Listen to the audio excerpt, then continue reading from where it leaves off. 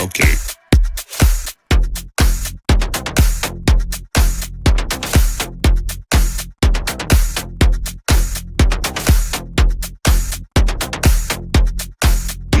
Monster. Attention, please. Yo. Yo. Yo. Yo.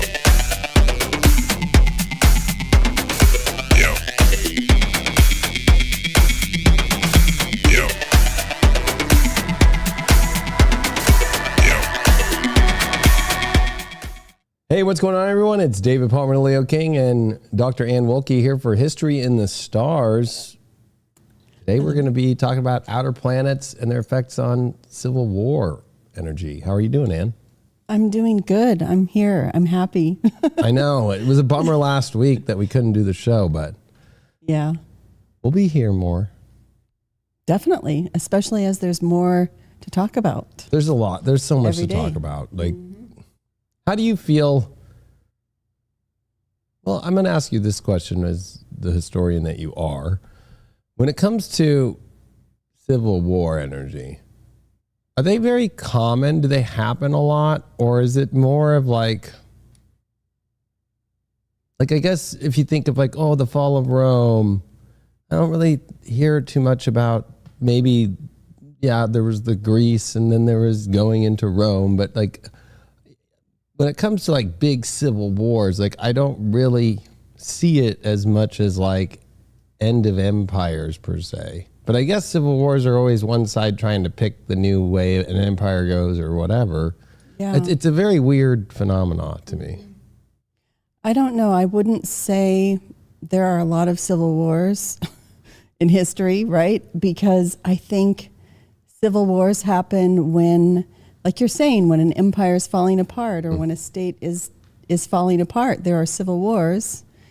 And if you're lucky, the state continues, like the United States Civil War or the English Civil War, which we've also covered, right? That it continued, England still existed, the government changed, but the state still existed. So, and I think there are little civil wars all the time as nations reconfigure themselves. So, but definitely not your everyday occurrence. Yeah, it does. I mean, I think we feel like we're in civil wars in our own life sometime, whether it's family or friends or even just at our job or whatever. But those really are not civil wars. There's always an easy reconciliation. I feel like with civil wars, it's one of the hardest, I think, separations that happen because there's culture, laws.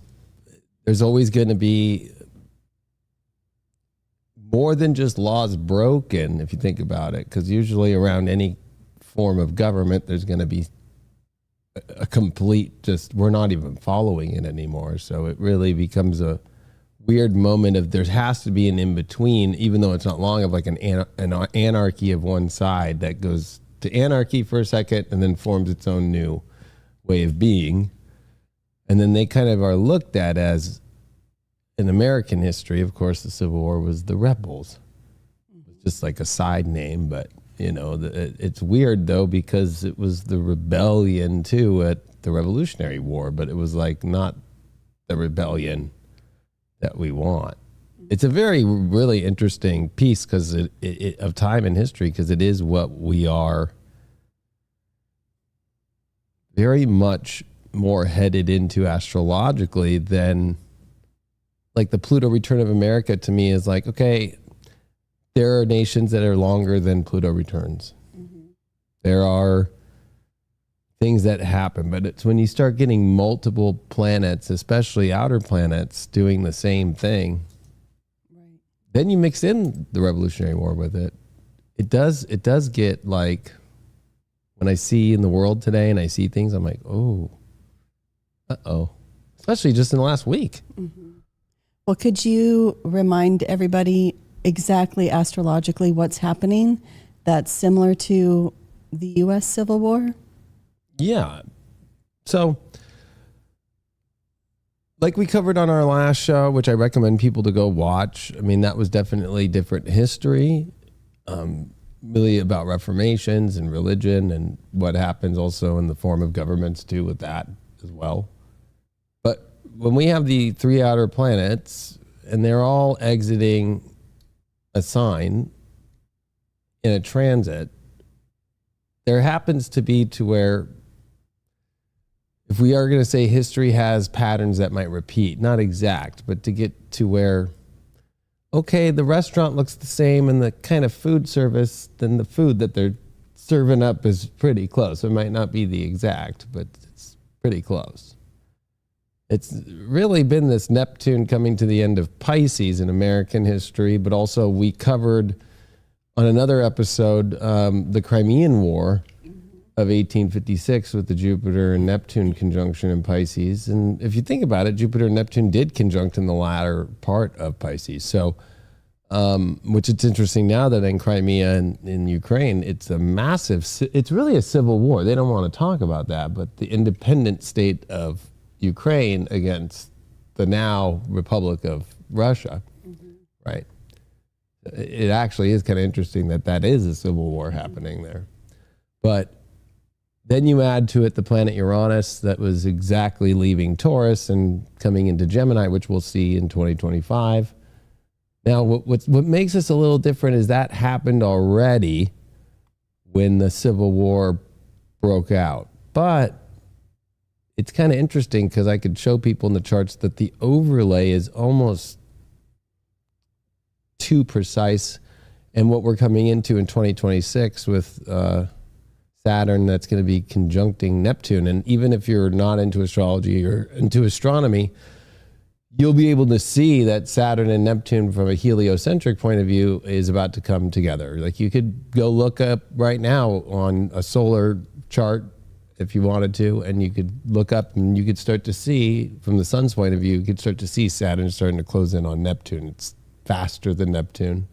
So when you get a planet like Saturn, which is the last planet of our inner planets, but technically like it's not an inner planet, but it is if you think of the 3 that we don't see.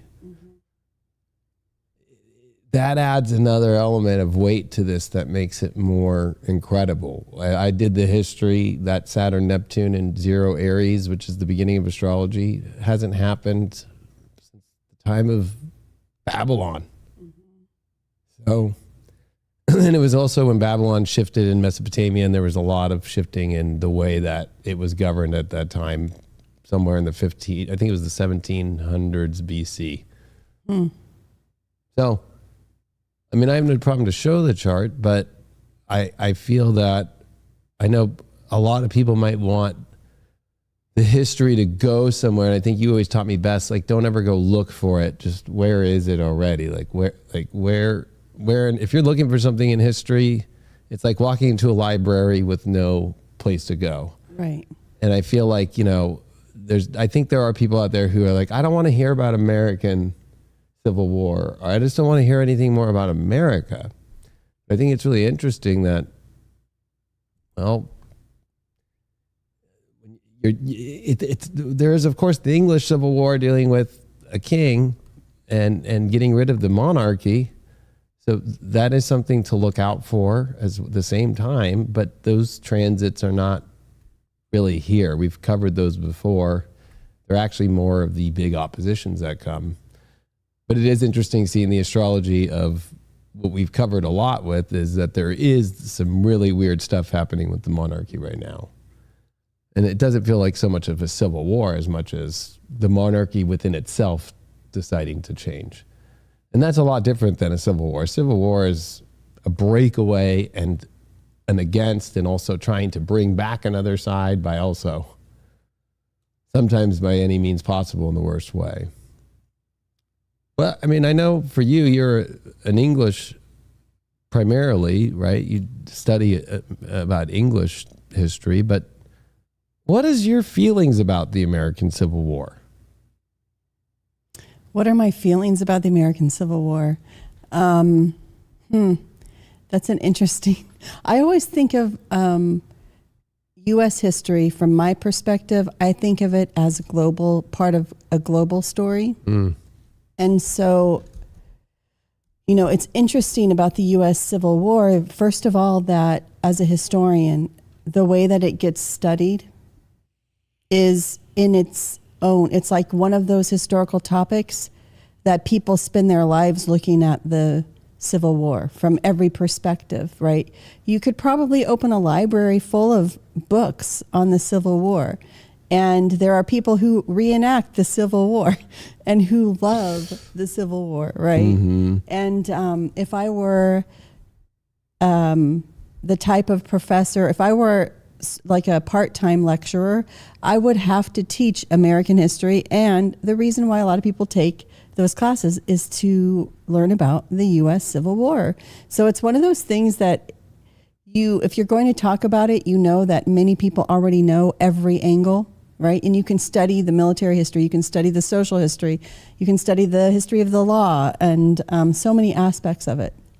So that's the way I think it gets talked about. But to me, I see it as part of a global story, and it reflects a lot of what was happening in the rest of the world at the time, that there were these breakdowns around the world. Right. That, like you said, the Crimean War had just happened. And as when the Crimean War was done, it impacted the United States because the United States had been benefiting because the region of Crimea was where so much grain was grown, and the U.S. was able to export and make money off of that. So when it ended, the United States economically didn't do as well.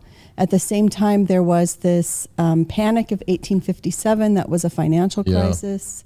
And there was also what we just are experiencing, all the solar flares and the takedown of the telegraph. There was the Dred Scott case. There was so much. Yeah.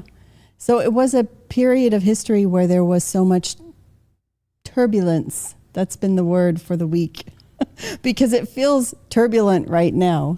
And I know we're experiencing many different things too. So, but I don't know. The other thing is that there was the Indian Rebellion or the Sepoy Rebellion in the British Empire, or I guess it was run by the East India Company, but in India, there is also this rebellion that leads Britain to formally take India on as a crown colony. And so there was a huge shift in the British Empire around this same time as well. So there's a lot of shifting. There's also the war with Mexico. Hadn't that just happened before this? Westward expansion's happening, and just so much going on in the world. Yeah, it is a lot. I don't know why I was, you know me, I love American history, but it was like, there was something about it when I really started to learn about it. And then I had a great U.S. history teacher, so he really covered it really well. And I remember being like, this actually happened? Like, it was like, I actually was a really good student until 15, 16. But I remember being the most fascinated by the Civil War. Because to me, it was like, you mean to tell me like the war cabinet all left that was from the prior president? Like this one president comes in as the last straw that breaks the camel's back. And I think people don't realize, because what I'm going to show in the charts is the Civil War it's a ton of events that are building up. The same way that a planet takes a while. It's not like, because the planet's right here, right now, the event's going to happen. It's because it's been here and it's going through its transits every year. And if we think of it heliocentrically, okay, it never goes backwards. But it's like a clock, and it's coming exactly back to where the clock is again. But they take a while to, like, let's say, strike that moment. And that moment is at the edge of the tropical zodiac, of the cusps between signs, which cusp originally was edge. It's just really what it means. So we come to the edge point. And what's interesting is, I think a lot of people look at the 1861 in April, but we have to remember that Abraham Lincoln gets elected and the call for secession already starts in Congress and already starts beginning.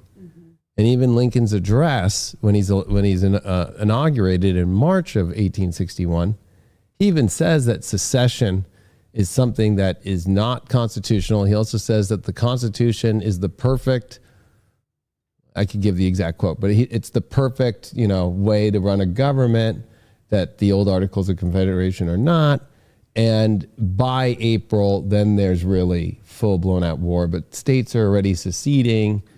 There's a constitutional crisis happening. There's states that are already forming in Virginia, and they're naming themselves the Confederation of America, the Confederate States of America, and the rest of the states join right after Lincoln's inauguration. And that's really where it starts. So for me, I like to look at the December 20th, 1860 chart, because that's where we actually see, and I'll show people, because that's really interesting history to me. It's one of the most interesting, because I think a lot of people just think like one day there was some states that decided to shoot or something at each other or something like that, when that's not what happened. Right. But so it's December 20th of 1860. So right after Lincoln gets through the election, which we can go into that history, but he's the last straw. A new party that's been trying, it's really the Whig Party just turned into the Republican Party, that had been losing throughout the whole last decade. And he gets the win. And he also beats who he lost to, Stephen Douglas, in 1858 for a Senate seat in Illinois. And he was famous for his speech in 1858. So he's the idea of, no, we're not going to do slavery, and if I get into office, we're going to get rid of that, right? That'd be like today, almost as if if people, why does it say Pisces? How funny. Neptune and Pisces at the end of it. Yeah. But it is kind of interesting to me that it's right after that, the election of Lincoln provoked the legislature in South Carolina to call a state convention. Now, what's interesting to me is this is part of the Constitution, this whole idea of state conventions, where if the legislature isn't doing something that the people want, the states can call a state convention. And if enough states all form together, they can change the Constitution. Right.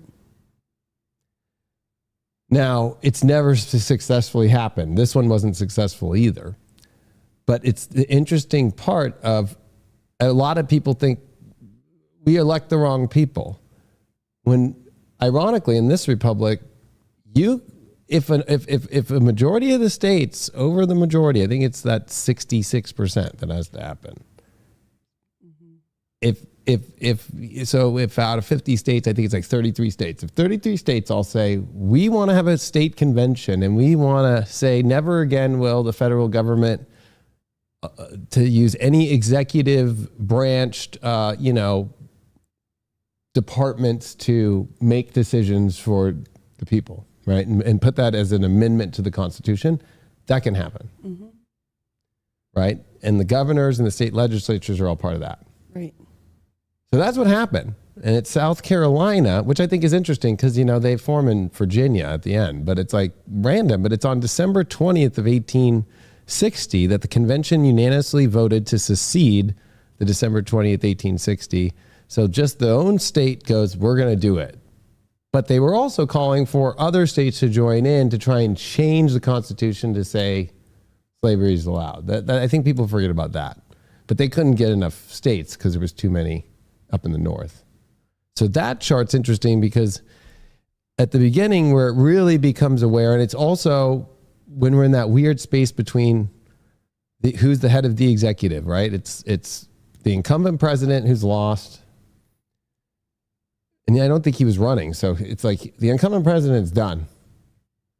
That party, the Democrat Party, has also split into the Northern Democrats and the Southern Democrats, and they didn't win. So this new party's coming in, and they're saying they're going to do this. And that's what's really wild to me is, I just had it, but here we go. Neptune at 26 degrees of Pisces. So a lot of people always think it's right when Neptune comes in Aries. And that's, I guess where you start to see the bloodshed more. But there was so much bloodshed already in Neptune and Pisces with the bleeding Kansas and what was already happening. It's interesting because we're already at this place. This is actually technically where we were at last year in the cycle. So if I were to take us just for a second today, and I were to bring the chart just so it's on the right side of the hours here so people could just kind of see, right? So this Neptune is already at 29 degrees of Pisces, and this is where Neptune, this outer planet, likes to cause a lot of secession. And we already feel it in the country. It's divided. We already feel it in the world. It's divided. And Neptune does that the same way that consciousness and unconsciousness is. So if I were to take us to exactly a year ago, there it is, Neptune at 27 Pisces, right? So, but what's interesting is Neptune actually went into Aries, right, in 1861, which that was just it was just 10 days away from being 1861. So if we go back to that chart, it's kind of trippy because we're about to go through this. So if I just take people and go, all right, let's just have some fun here and just go, let's see what January of 1861 looks like for a sec. Because it's like, that's where you start to realize, okay, there's Neptune at 27. We were there last year. But that's also where Neptune is coming back to this year in the retrograde. Then if I take us to February, and this is where the calls of other states start happening. We're going to do this too. They were called the cotton states. Neptune 28. That's where we just were over the last couple months. And we'll be there back there next year too. But we're going to go exactly the same way. The Civil War happened with the outer planet of Neptune at the end of this year into the beginning of next year. Exact same. So if we get to March when Lincoln is inaugurated, the president in America, and it's crazy because it's like, oh, there's Neptune 29 degrees up at the top right there, Pisces. Exactly where we're at right now. And then it was the irony of April 12th is the actual date of the American Civil War. And that day, Neptune at the last degree of Pisces in 57 minutes. A lot of people think it's Neptune Aries, but it's not. It's Pisces. So we're right now at 29 degrees in like 36, 37 minutes. We're so close to the same place. And next year, so let's just have some fun and go, what if I change the American Civil War chart to 2025? Same date. Neptune at 0 Aries, where the Civil War really was going on. Mercury right there, but let's just take it now back. Let's have some fun and go, will the election of this year, and by the time that whoever we inaugurate come in, oh, Neptune right there, that whole position of states starting to secede and all that stuff. All replaying.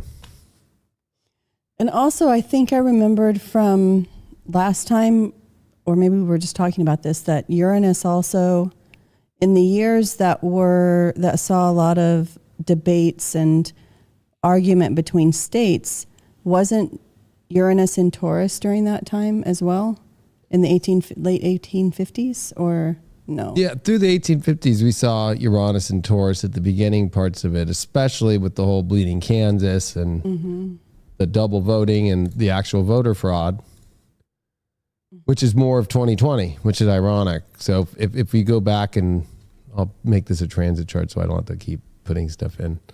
So we'll go to the 1860 really quick, and then I'll just take it back to where Uranus comes back in, or ingress. Uranus ingress into 0 Gemini, and then I'll go back. So in 1859 is when Uranus ingresses. It also ingresses again in 1859, 1858. we see it for a second. That's what we're coming into next year, is that. Which is really interesting because the country is so divided that the calls for civil war, it was also Jupiter and Gemini, which we're in now, and will be at the beginning of next year. So to meet with Uranus and Taurus. So if you look at that January 1st, 1859 chart, we are going to be exactly right there. Jupiter retrograde, Uranus retrograde, with it being at the end of Taurus. Neptune in Pisces. And where's Neptune on that chart? Like what degree is it? Well, I'll move Is it that to where 20? we can, you know what, I can do this. There we go. Hold on. That's for my sun signs after this tonight. Here we go. And I will annotate now. Neptune was at 22 degrees. And it went pretty quick up into Aries by 2 years, right? Mm-hmm. Well, this is interesting because 1859, it already, all the stuff that really set up the Civil War, every domino was already set. Mm-hmm. And it really is this interesting transit of seeing how also the irony of the beginning of 1859, the year prior to the 1860 chaos, because there was so much chaos during 1860, and we have some interesting stuff to show you all, especially the political stuff. Because that's the other part, is the political aspect becomes, people think the politics are bad now, and I'm always like, I think it was worse in the old days. I think they were way harsher and way more crazier. But Venus retrograde in Sagittarius in opposition to Jupiter. So that's the thing. Venus retrograde in Sagittarius, that's not something we've been seeing, okay? Like we've been seeing Venus retrogrades in Capricorn, we've been seeing them in Scorpio, back into Libra, we've been seeing them in Aries, back into Pisces, right? So we just had, though, in 2023, a Venus retrograde in Leo. And then we're having a Venus retrograde in Aries to start off in 2025. Another fire sign with a Jupiter in Gemini. Wow. Also, Pluto had just ingressed into Taurus in the years prior. So that the country also went through a Pluto ingress into a new sign, which we're doing right now. And that will be by the end of November. Mm-hmm. And what's interesting is I just showed on that chart prior, the inauguration of the next president, the 47th president, will be on January 20th. It will be the Sun and Pluto conjunct actually in Aquarius, because the one we had this year was not. It was 29 Capricorn. And yes, they moved into Aquarius the same day, but the conjunction happened at the very last degree in the last minutes of Capricorn. So there's a lot of those kind of like, like people thinking we've moved on when the universe is like, no. I think it's really interesting that, you know, I was going back and looking at 1858 and the Lincoln-Douglas debates. And I just read so much about that whole thing and how Lincoln, how strategic he was in that whole process as well. Yeah. But it's just really, at that time, even in the debates, when you heard about, you know, this fight between the new Republican Party, which was trying to distance itself from radical Republicans, because the first Republican, or there were different branches, and there were these abolitionist Republicans that were so radical that it's funny to read the debates and to see Lincoln trying to separate himself from that label of abolitionist. Yep. And we think of it as that's a good thing. But at that time, an abolitionist was sort of like a terrorist. Yeah. So there was that whole debate happening. But in all of that, as they were debating, nobody ever talked about civil war, right? It was never a threat. But now, right, as we're contentious and, you know, you have people talking about, we have a film about Civil War, right? And and a lot of people Did you watch the movie? I haven't watched it, no. I watched it. It was I wish they could have done a way better job. It was actually kind of boring. But they make it look like it's the craziest movie. And I was like, this movie sucks. So They make you interpret it yourself, which I don't like. They don't give you a backstory, except you kind of having to put it together. Make you assume it's this president. yeah, I heard that it was that they mix everything up though, so They that do. you know, like Texas or someone's a good state, but It's California. California's a It's bad the Western one. forces of California and Texas, oh, okay. right? But if you're in Middle America, they ask like, "Are you American?" Meaning Nebraska. Okay. Like they name states, and if you're from China or Hong Kong or a state that is kind of progressive, you're dead. They'll kill you right there. So, and the president was in his third term, so it's kind of an interesting way of like, well, that's not going to happen. So Well, he was a dictator and he took over. Right. Right? Is that how it is? Yeah, exactly. But I think with Lincoln, the Republican Party, the idea of that in 1856 especially, to kind of take it back to where the Jupiter-Neptune conjunction happened, which we had in 2022. So here we are coming into that same aftermath of the conjunction at the same time, right? Neptune going to leave signs, right? That's where, Lincoln starts to kind of come on the scene and the Republican Party starts to get some ideas now. Because at that moment, it's like, okay, they're not going with what we think we're going to be seeing. And 1854 is really the crazy years of the bleeding Kansas and all these new territories. And if they're going to be free states or slave states, and the double voting happens, the election fraud, the governor goes with the results because he doesn't want any more bloodshed. So 1856 is like, okay, this Whig party's done. We've lost the elections. And that's the other weird part too, is that's the incumbent president is taken off at the DNC, President Pierce. And that's when James Buchanan comes in, an old timer who kind of reminds me of Biden. Like the way that they used him for 2020 in the Democrat Party to be like, let's bring in a guy who's an old time Democrat to come in to save our party. And that's what Buchanan was, I wasn't around for all this. I was just, what's interesting is he's kind of like the originally, like he's like a John Adams or somebody who wasn't a president, but he was out in Europe and he was dealing with being a good diplomat for the country, doing diplomatic things. So he was not around for all that. So that's what makes me look at the history of now and this moment is like, what is it right now that people are going to be like, I can't believe you let that happen?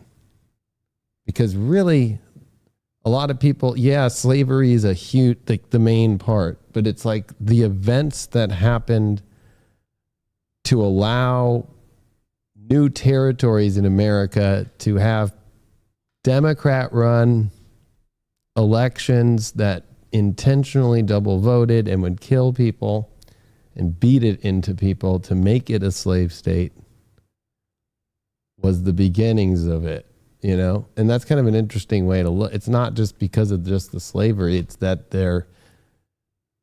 these independent territories that are becoming states don't want to go the old way. They want to go this way of like everybody's free. And there's a feeling of that I feel now in the history and that's been written over the last 4 years.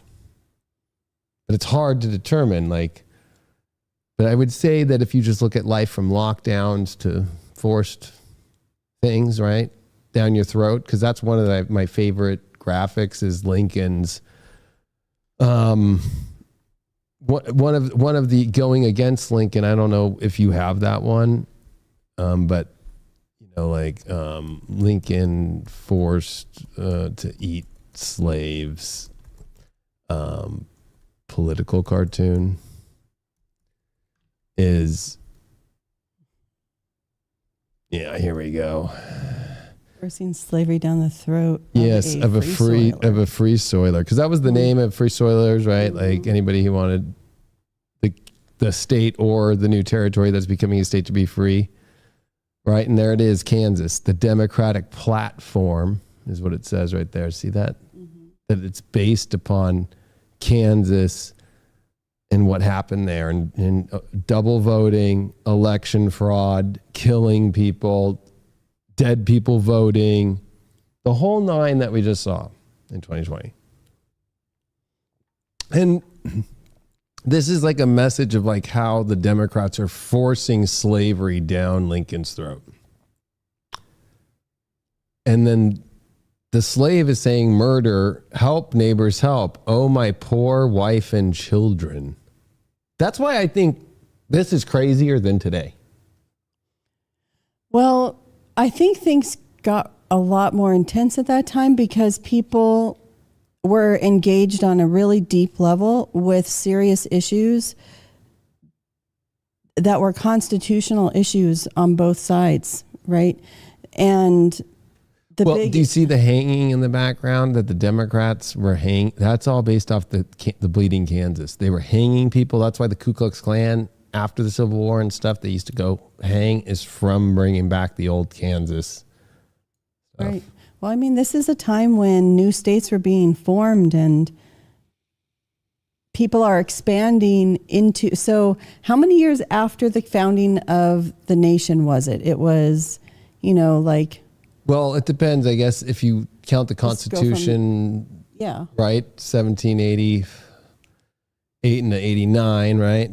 So, and then Washington's in 1791. So it's not that far. It's like 60 years in.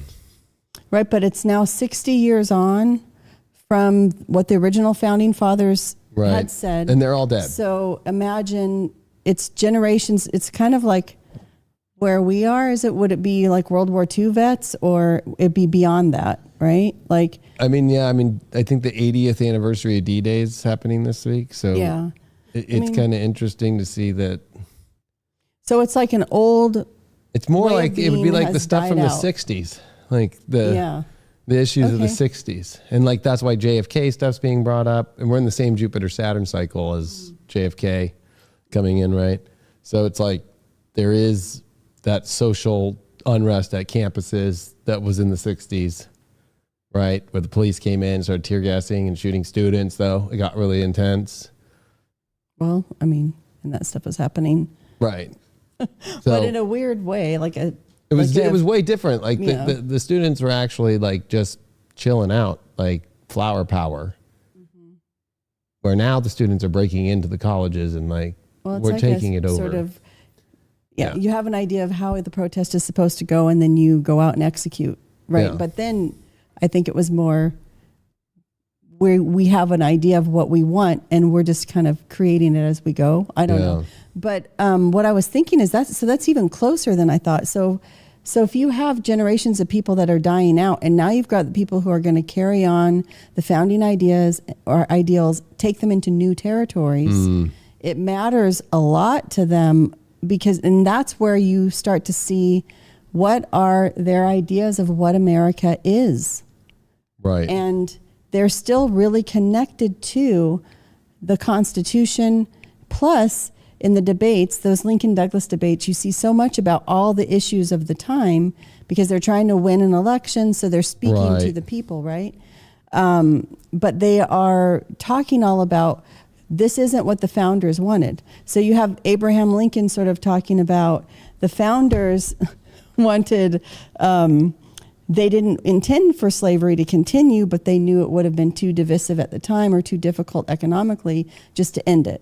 But then you would have Stephen Douglas on the other side arguing, no, we can't have former slaves being citizens because they're not citizens. Like he just kind of argued from a completely racist perspective. Right. So you have these weird ideas that have developed about what does it mean to be an American and what does it mean to be an American citizen.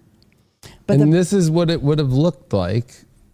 Now, this is my own stuff from 1913. This is a copy, or actually this is 1914, a copy of The Mentor of Abraham Lincoln. Learn one thing every day. $5 a year, 15 cents a copy.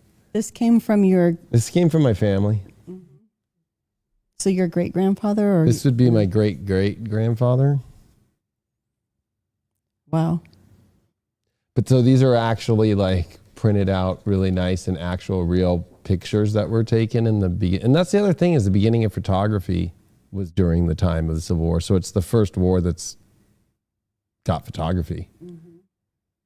And it was the first debate, the debates of 1858, that were actually used the telegraph to get the message quick. I thought this picture, when you were saying that, it reminded me that Lincoln was a lawyer. So like he had a way of understanding what's fair, what's not fair, and knowing how to make the argument, right? And this is a picture of him, his first picture, believe it or not. And it's him as a young lawyer. Well, I have to tell you too, when you asked me about the Civil War. This is over 100 years. This is 110. This is older. This printout is 100, and I don't know, 110 years old. And that's why the quality is so nice. Right, and that's why the quality is so nice, right? Huh. That's really nice. But when you show me the picture of Abraham Lincoln, that's always what I remembered about learning about the Civil War when I was a kid. Right. What I liked the most was learning about Abraham Lincoln. And do you know, I lived in Kentucky for a few years. And while we were there, I was so excited to be able to go to Lincoln's boyhood home, and to go see the cabin and all of these places, the place where he split wood and all that stuff, because he really. So you went to his home. Yeah, that's his first home. Oh, look, I got them all. I had to come prepared, There's such a legend about. I mean, the thing is that we have all those stories about our founding fathers. But, like, did George Washington really chop down a cherry tree? Did he really throw a silver dollar across the Potomac River? Probably not, right? Right. But maybe, I don't know. But for Abraham Lincoln, it's so funny that, we have pictures, first of all, right? Real photographs. Yeah. But also, there are stories about him that he was just a really kind of superhuman guy. He was tall, right? So he stood out. He was a very true Aquarian, right? Aloof, off, smart, depressed. People don't know that. He was extremely depressed. He wrote in his journals about wanting to kill himself. He was a depressed person. So in psychology today, especially in the book First Rate Madness, they go into that he would have been bipolar on the more of the depressive side, that he was extremely bipolar, and then he was on the extreme depressive part of it. Well, and he also, he had a hard upbringing as a child, and he had to work hard to get his education.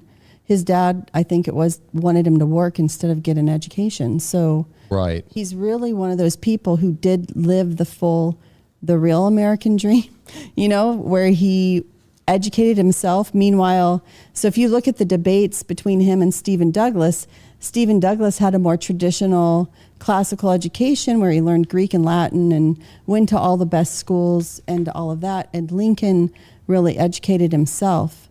And this was actually his home in 1849 when he actually gets older.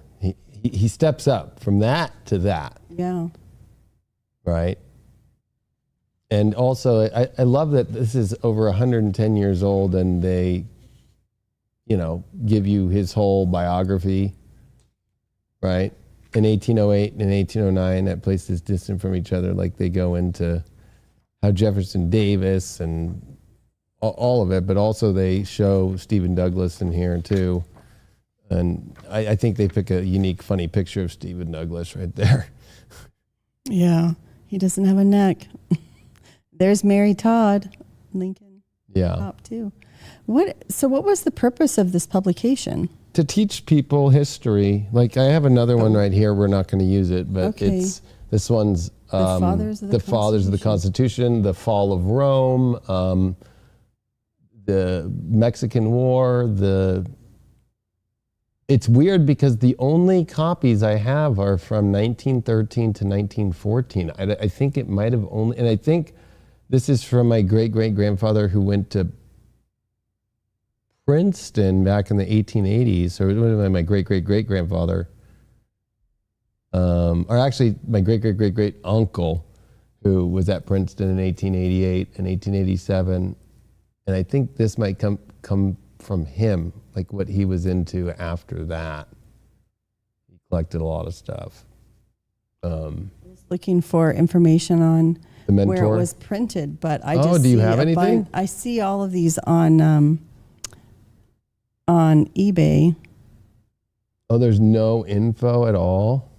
I'm not finding it. Well, look at 1913 through 1914. How weird. I'm like, why are they all just that time? So you've got all of them. I've whatever got the this- whole series. I do. I have that one inside. But it says, Department of Fine Arts. So I'm just trying to figure out what. Oh, I probably should look myself. Let's see. What's the publication? It says Publication, here, I'll put it back on this so people can see. On the back, it's like what the mentor service means. In addition to the interesting and instructive reading matter in the pages of the mentor, to the beautiful pictures and the many illustrations in every number, and to the graphic descriptive monographs printed with each of these are the illustrations.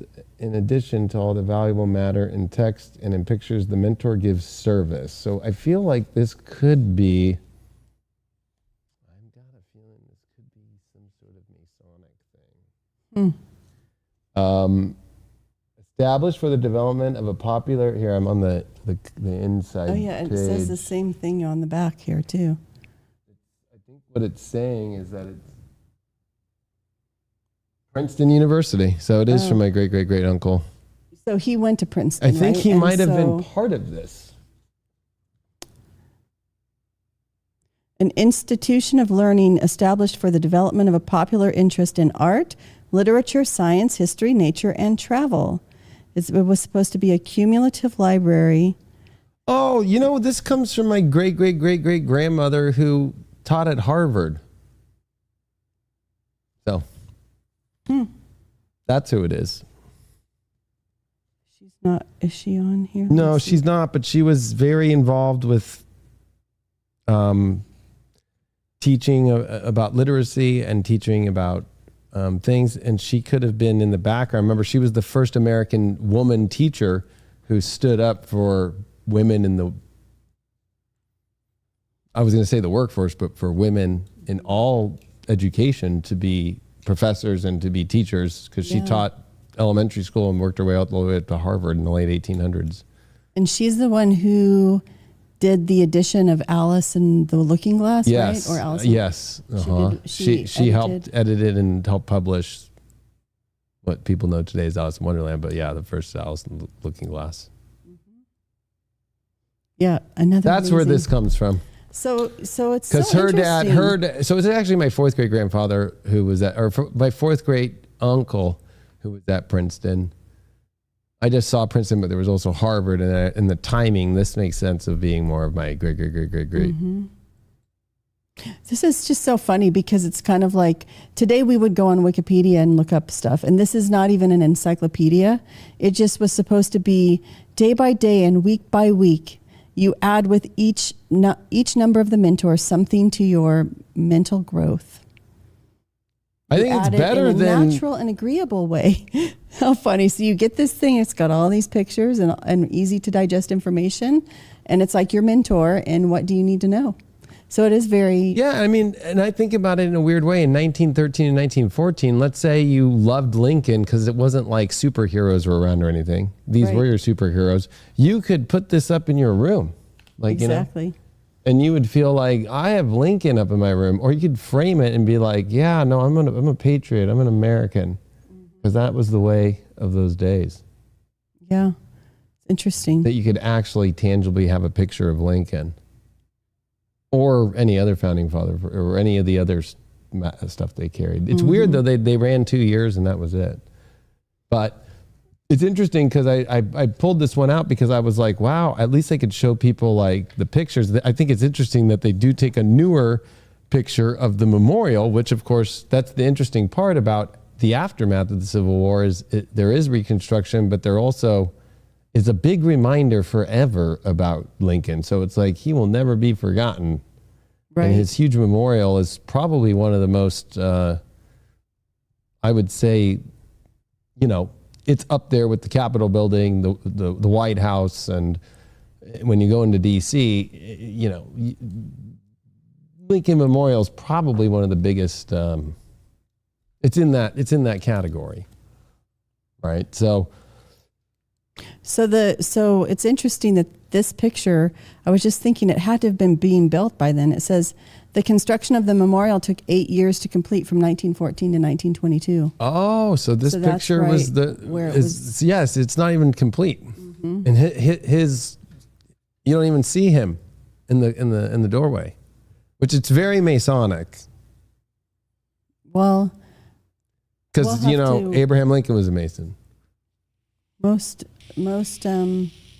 influential men were Masons at that time. Yeah, so that's why it's a temple. It's interesting that, sorry, this is going off on Franklin, the TV show. Isn't it interesting, though, his son was named William Temple? Do you wonder where they get the name Temple?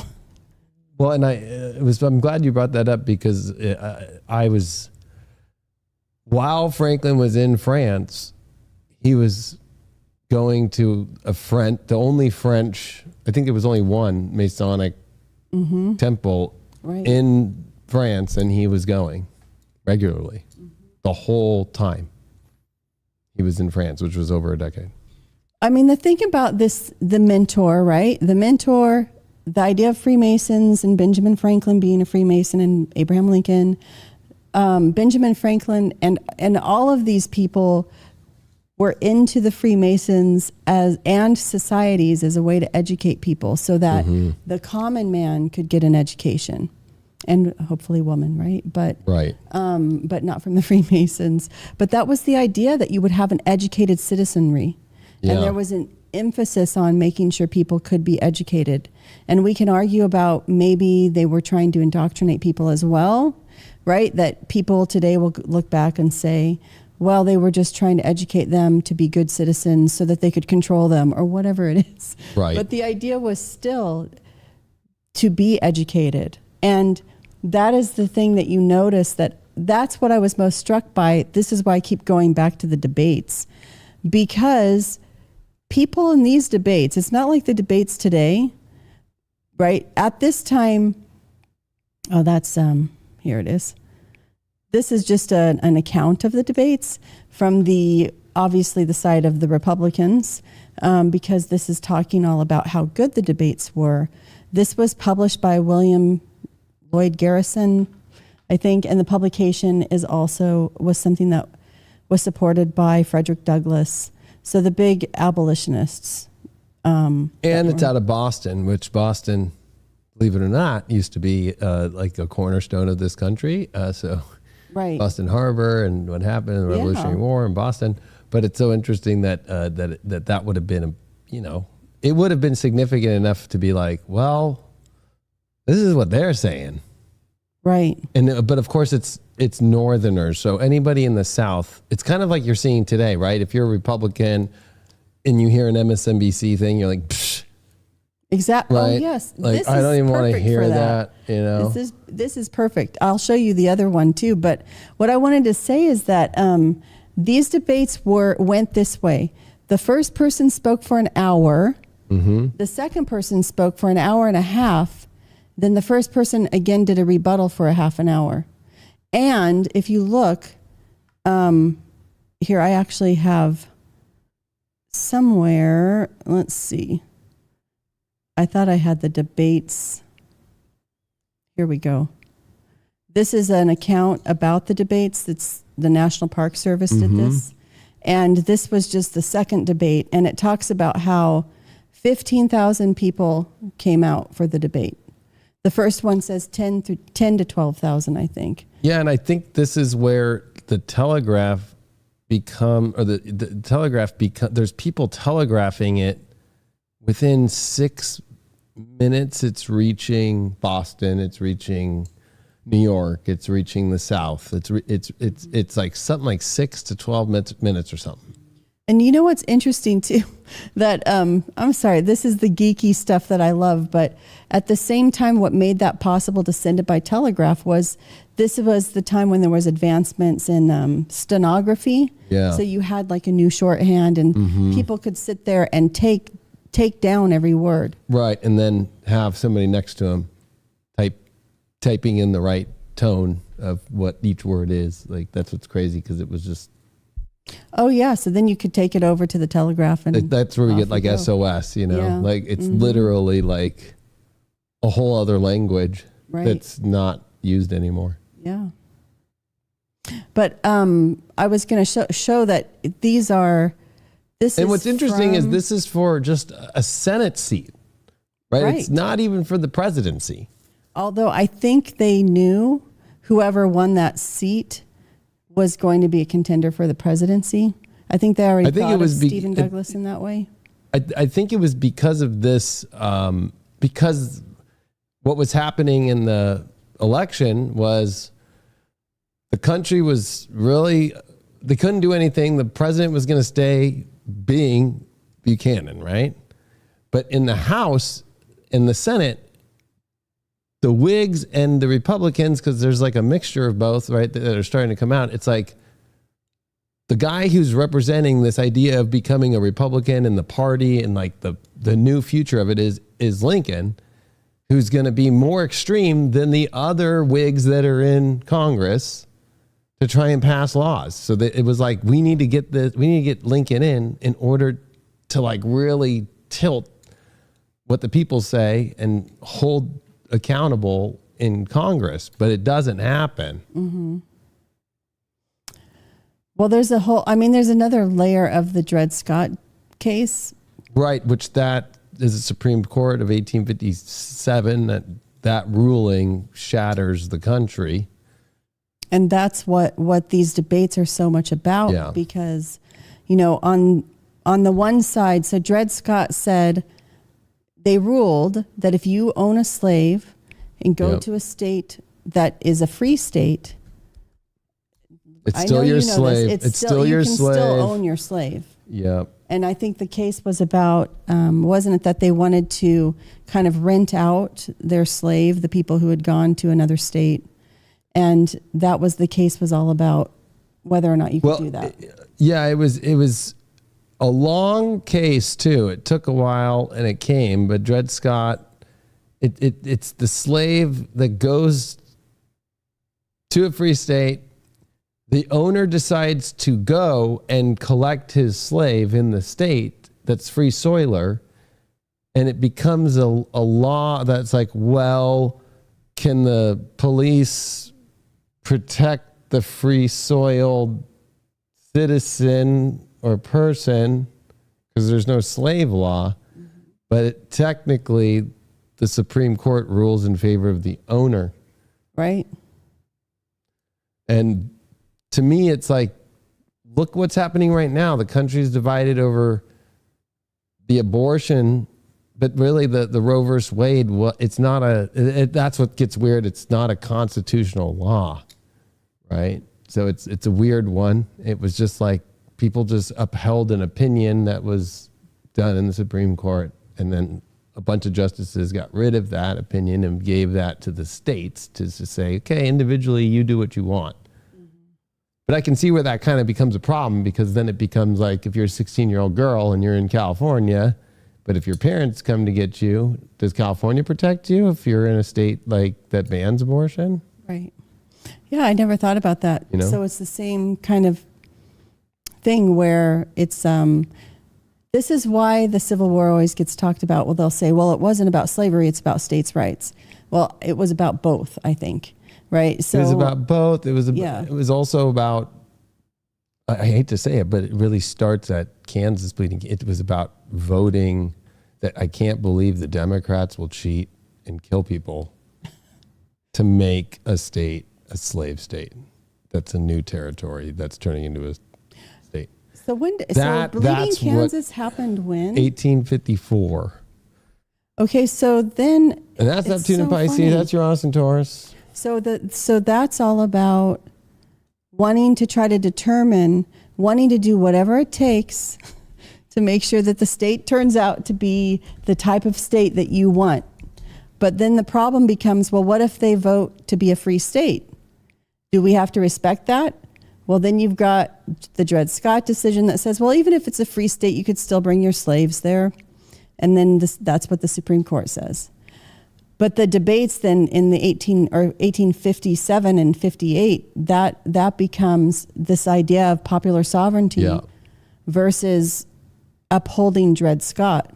Well, and it's weird because it's a border war between states, and then it gets bloody in Missouri, and Missouri's the state in which the Dred Scott case is about too, 3 years later. So that's what makes it more, but it's called the Border Ruffians, right? Mm-hmm. The pro-slavery Border Ruffians. When you go into them, they're the ones who crossed into the Kansas territory from Missouri during this whole new territory that's going to determine, as it's turning into a state, if it's going to be a free soiler and doing an election. It's a republic, right? And entered in the United States as a slave state. They wanted to make sure that, to help ensure that. Their activities formed a major part of the series of violent civil confrontations known as Bleeding Kansas, which peaked from 1854 through 58. Crimes committed by Border Ruffians: electoral fraud, election manipulation, voter fraud, rigging, intimidation, assault, property damage, and murder. Gosh, it seems like right now.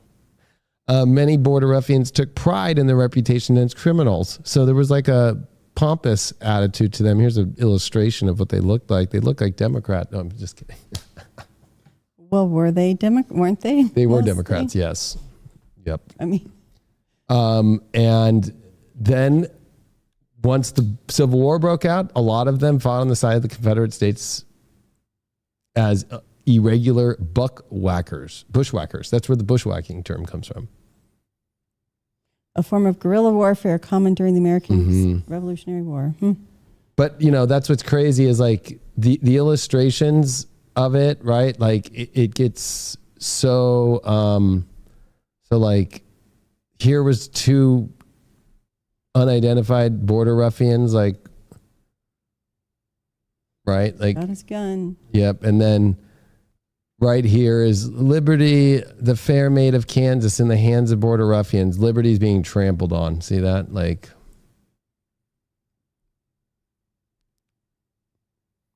that's what I'm saying is like people think the politics are bad now. It was so much worse. Immigration, pro-slavery immigrants aided, right? So then they had pro-slavery, people just like, they threw in a bunch of immigrants in there, and it's not like today's immigration. It's immigration from states that were pro-slave, and they just, it was supported by money that came from the Democrats that pushed them all in. Mm-hmm.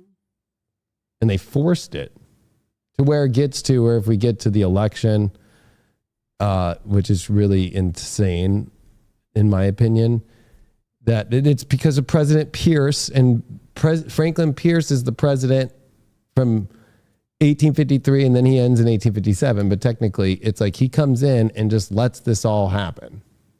And he's a Democrat who is a Mason. There's his picture right there. Okay.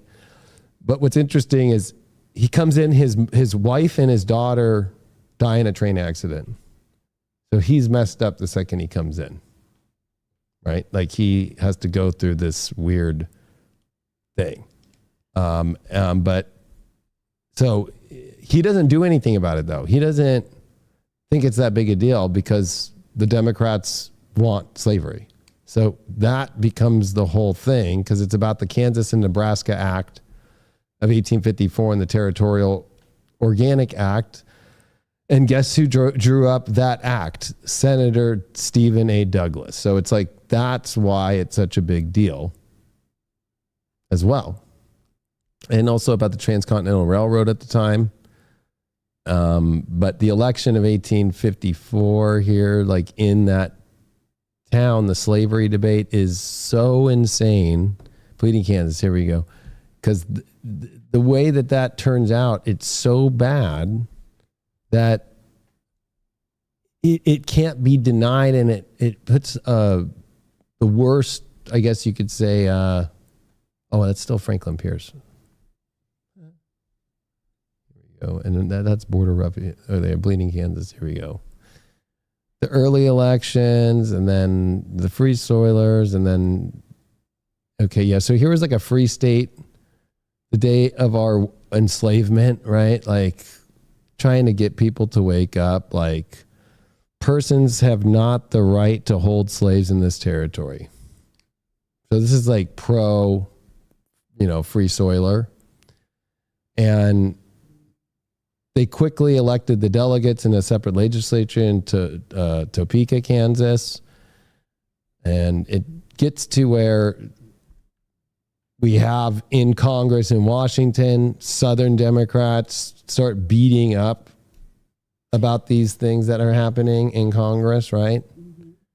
Like, no. Not just calling each other names and right, going viral with your videos about it. Yeah. And imagine the videos there would have been of that.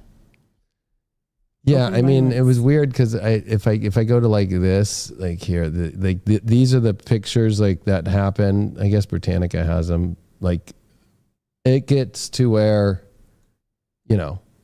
people are upset because they know there's fake voting. The pro-ruffian, pro-slavers start killing Free Soilers, and the debates start happening and the fighting starts happening in front of this new place that's going to be a new state. And the governor goes, I'm just going to go with the results to end the blood because these guys are outnumbering everybody. Mm-hmm.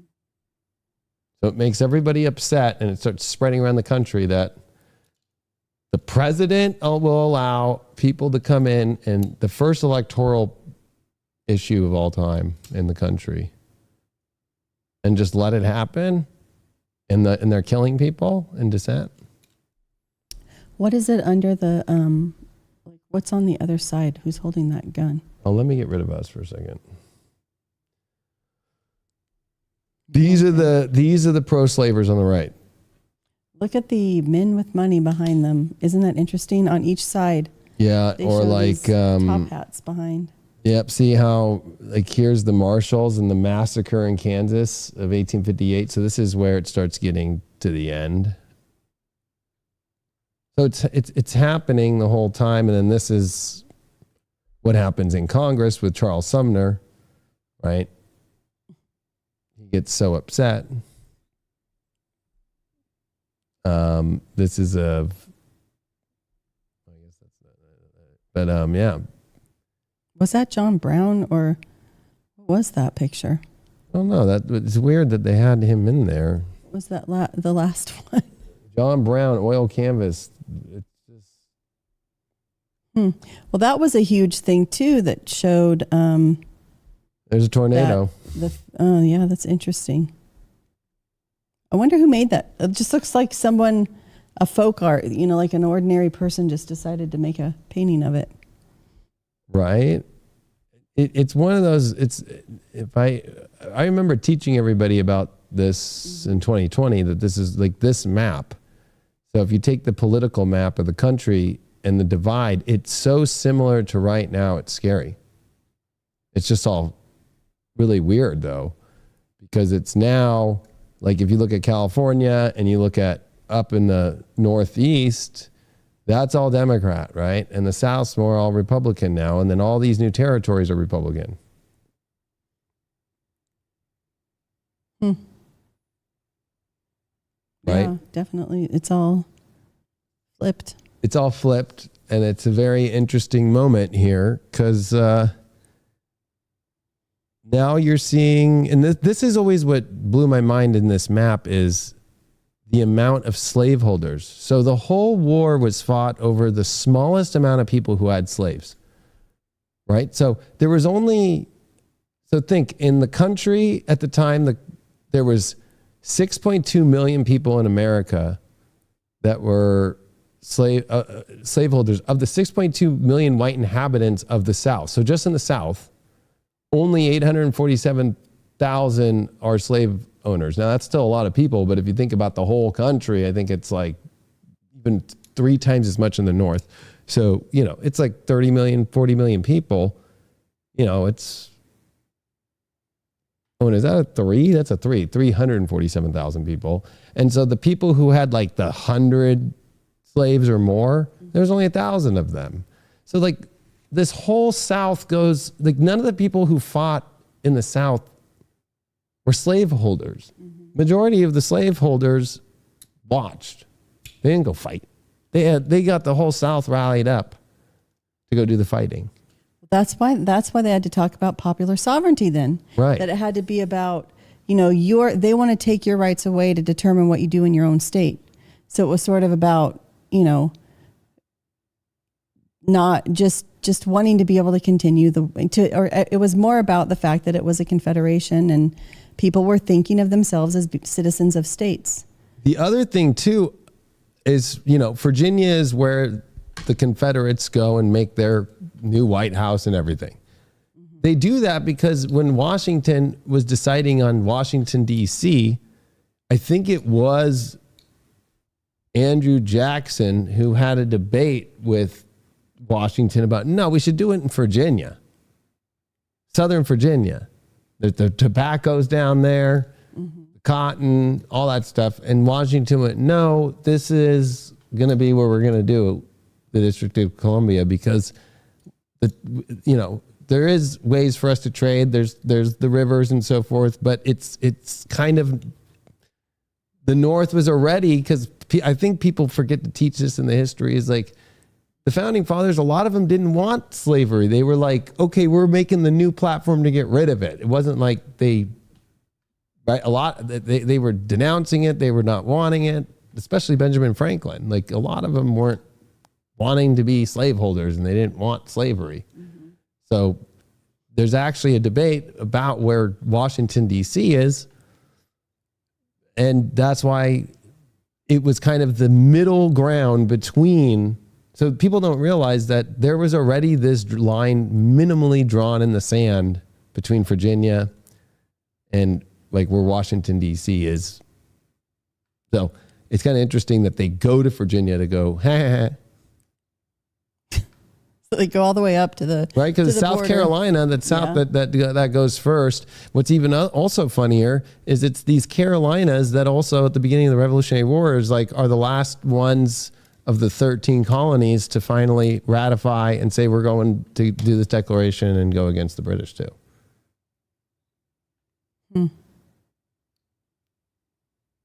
But I think that's what's really interesting is to look at the country now. If you just do a side-by-side comparison and you could do like the 2020, presidential election, right, map.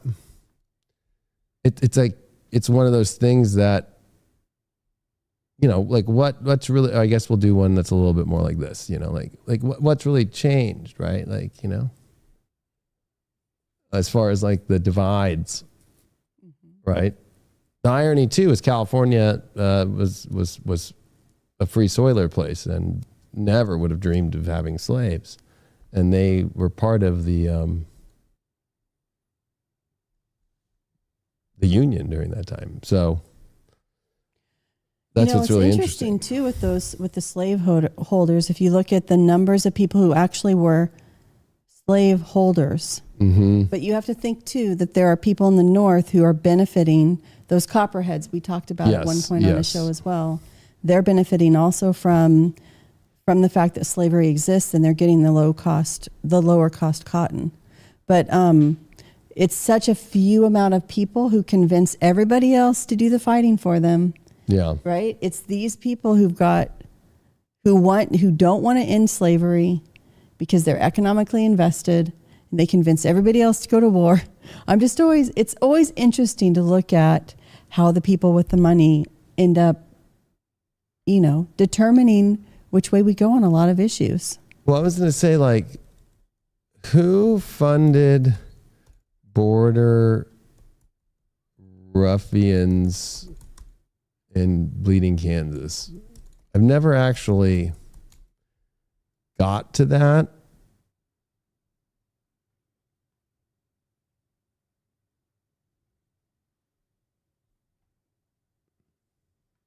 might have to ask ChatGPT. I'm going to. Because it might be something that gets hidden.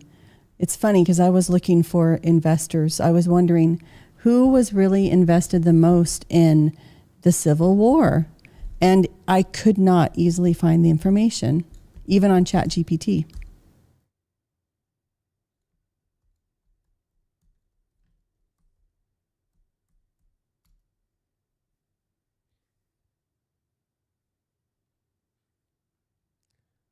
Missouri slaveholders, many wealthy slaveholders in Missouri financed the border ruffians. They saw the expansion of slavery into Kansas, crucial in maintaining their economic interests as a way of life. That's Copperhead Democrat right there. Pro-slavery political organizations, groups like Blue Lodges. I think that's so funny. Blue Lodges. Just like Act Blue. Blue Lodges, secret societies formed in Missouri, played a significant role in organizing and funding the border ruffians. These organizations were dedicated to ensuring Kansas entered the Union as a slave state. So there were secret. How much money does it? I wonder if there's an estimate of how much they invested in this. Yeah. The local Missouri politicians who were staunch supporters of slavery also provided financial and logistical support to the border ruffians and the southern states. Although less direct, there was ideological and sometimes financial support from other southern states, which saw the conflict in Kansas as a pivotal battle in the larger struggle over the slavery in America. How much? And by the way, I just looked up the Blue Lodges. That they're not. This is where ChatGPT has to be fact checked. They mean blue Freemason lodges. It's right. There's a difference between a red or a blue lodge. The Blue Lodge is based on the York Rite. So I mean, right? So Robert E. Lee, right? His statue was taken down. Remember that? Just in 2020, right? What did they find in his, what do they call that when you, his, the cornerstone of the the thing that you pick up, it's like, it was all underneath it. It was all the box, like full of his. The vault? In the vault or the, that little locker? Artifacts, under the statue. I forgot what that's called. It's like a, it's the vault. It's like a, whenever you put something for the future, time capsule. Oh, time capsule. Okay. Right. So I'm sitting here thinking, cubby in the time capsule, I remember watching that because there was not much to do. Right. Yeah. I don't know if you remember in the copper box, it was all like 85% of it was Freemason boxes. Freemason books. Freemason books, but they would have been blue books. Like Blue Lodges? Blue Lodges, because they were all from the South. They were all from slave states. Interesting. That's crazy. I mean, you learn a lot through AI. Like, I didn't know that. So wow, there's actually some estimates, I guess, here. Oh, no, it's not. Moving men across state lines. They're actually giving you what you would have to, especially in large numbers, requiring successful funding. This is exactly what happens today for Black Lives Matter, or what we've been seeing with the Palestine stuff, like the funding of the vans to get people there, the tents that are all blue. I mean, I want to see what you got here. Oh, what do I have? I think you just had found. I just had the red lodges versus blue lodges. I wanted to see that. Why do we call it a blue lodge? But there you are, Neptune and Pisces, red versus blue. And really, this is what, Isn't that they strange? don't teach that to people, but this is actually what, if you were just a citizen in America, you would have known about this. This would have been talked about. Mm-hmm. Masonry 101, red versus blue lodges. I want to know. I didn't know there was a difference. Regular Masonic lodges work the first 3 Masonic degrees. Okay, the York Rite and Scottish George Rite. Washington only made it to the 3rd degree. You know that, right? I think we looked at an image of that before, right? Mm-hmm. A lot of people think he was like a master mason, but he just kept on his 3rd degree, but he went up the other route of the stairs. He didn't do degrees. He went to like Temple Knight. Right. I remember that. So the Blue Lodges are based on the rituals created by the York Rite body of Freemasonry, And most of them are like that, now. Look at that. They're in Albert Pike's tome, Morals and Dogma, which Albert Pike's the one who everybody's sharing his World War I, II, and III, that he said World War I will start like this, World War II will start like this, and World War III will start exactly how they started in the first two and how right now we're seeing in 1887. I remember, I just saw a video of how someone weird looking at is that? That we just that? opened up a time capsule. Well, Robert E. Lee's time capsule. I mean, that was what was so funny about it, was where everybody might have known about it at this time. The person opening the vault, remember how disappointed she was? She was because so you showed me that disappointed. video, and she was just Do you remember she was breathing so heavy? She was just having a hard day, and she's like, it's hot in here, and they had to wear masks, and it was That's right. It was during COVID, time, but right? they let all the press in there, and they had everybody not 6 feet apart. I thought it was hilarious. I remember laughing like, oh, okay. Mm-hmm. When it comes to history, though, and everybody wanting to see, you guys want this statue down, but what's in this? We need to see. Yeah. And then she was just like, another Freemasonry book. I know. Because you could see in her mind, she's thinking, oh no, the conspiracy theories are going to start. And they just tossed it aside. Well, look at all the history that was behind it, that there's probably a lot there if you look at it in context. There were log books of the lodges. There were of all the donors to those lodges and to Robert E. Lee's own life, everything, and all the support. There was some old money, but it was American money. Was it? Yeah. So it wasn't Confederate money. It wasn't Confederate money, and the Confederate money really wasn't that strong. She started getting excited about that too, right? A coin. I know, they want the statues down, but she wanted the Confederate coins. You know what I mean? Like, what? Yeah. Anyway, another archive nerd. But, in New Orleans, Louisiana, there are 10 lodges remaining that practice the Red Lodge, aka the Scottish Rites or French degrees. So is that? So the blue, I see. So the Reds deal with the Scottish Rite, the original Scottish lodges, and the French lodges, which deal with freedom more. I would think also they're probably Protestant, they're all probably Protestant, but Scottish Rite is also connected to the people who were really, I don't know this, so I'm just speculating, and I shouldn't even say anything. Well, I have the Scarlet's Book of Freemasonry that's from the 1800s. That we'll have to. That's look where at that on that's where I show. know that it was based on freedom. It makes sense that the red lodges were about freedom and the blue lodges were not. Or more, because in France and in Scotland, and then that's what's weird is Benjamin Franklin during the American Revolutionary War is practicing under the French degrees. Makes more sense to me now that would have been a red lodge. Yeah, we'll have to look into that. Because the blue lodges, but where did the blue lodges are English, right? Because the Masonic lodge, that's the big one, right? And there's a lot of them, and that means that's with monarchy backing and all that. Right. Well, that was Abraham Lincoln's big arguments. Like if we go back to please, because I'm so glad we went here to get that little info. But why did we end up going to blue and red lodge? From Bleeding Kansas to show it that said the blue lodges funded. Yeah, the blue lodges were the ones that funded Bleeding Kansas. That's really interesting. So I was going to say that Abraham Lincoln makes the case in his debates about. I can't even remember how I was going to connect it. It connected to the Freemason thing, and now I lost it, but it'll come back. So while I'm on this, though, I wanted to show you that here's the press of this day. That's the extreme Republican abolitionist view.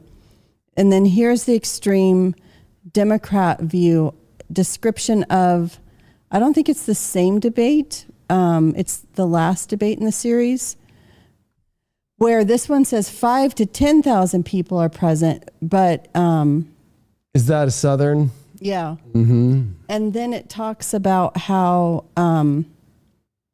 Abraham Lincoln, where is it? I really wanted to show this. It really tries to make him look like cast suspicion on what kind of guy he is. So it's like Lincoln's conduct. That feels like the Democrat media today. Like Trump didn't have that many people at the rally, and he didn't have that many people at the inauguration. And what kind of guy is this guy? Right. They call him, oh wait, it's in the title. He appears in his old character of the artful dodger. Oh, wow. So he's like a suspicious, shady kind of guy, right? The like artful the Orange dodger's Man from Oliver. And right. He was the pickpocket and leader of the pickpockets. Mm-hmm.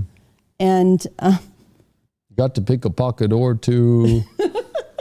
Exactly. Yep. Right? So he tries to palm himself off to the Whigs of Madison County as a friend of Henry Clay and no abolitionist, and he's exposed. People of Illinois read and be convinced. So they're trying to convince anybody on the fence that he's not a true abolitionist. That that he is an abolitionist, because that's what.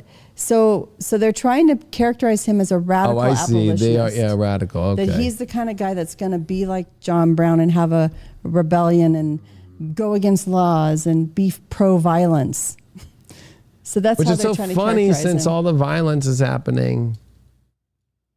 Right. But then they just talk about how his conduct at his last debate was most improper and ungentlemanly. That would be the worst thing you could say, right?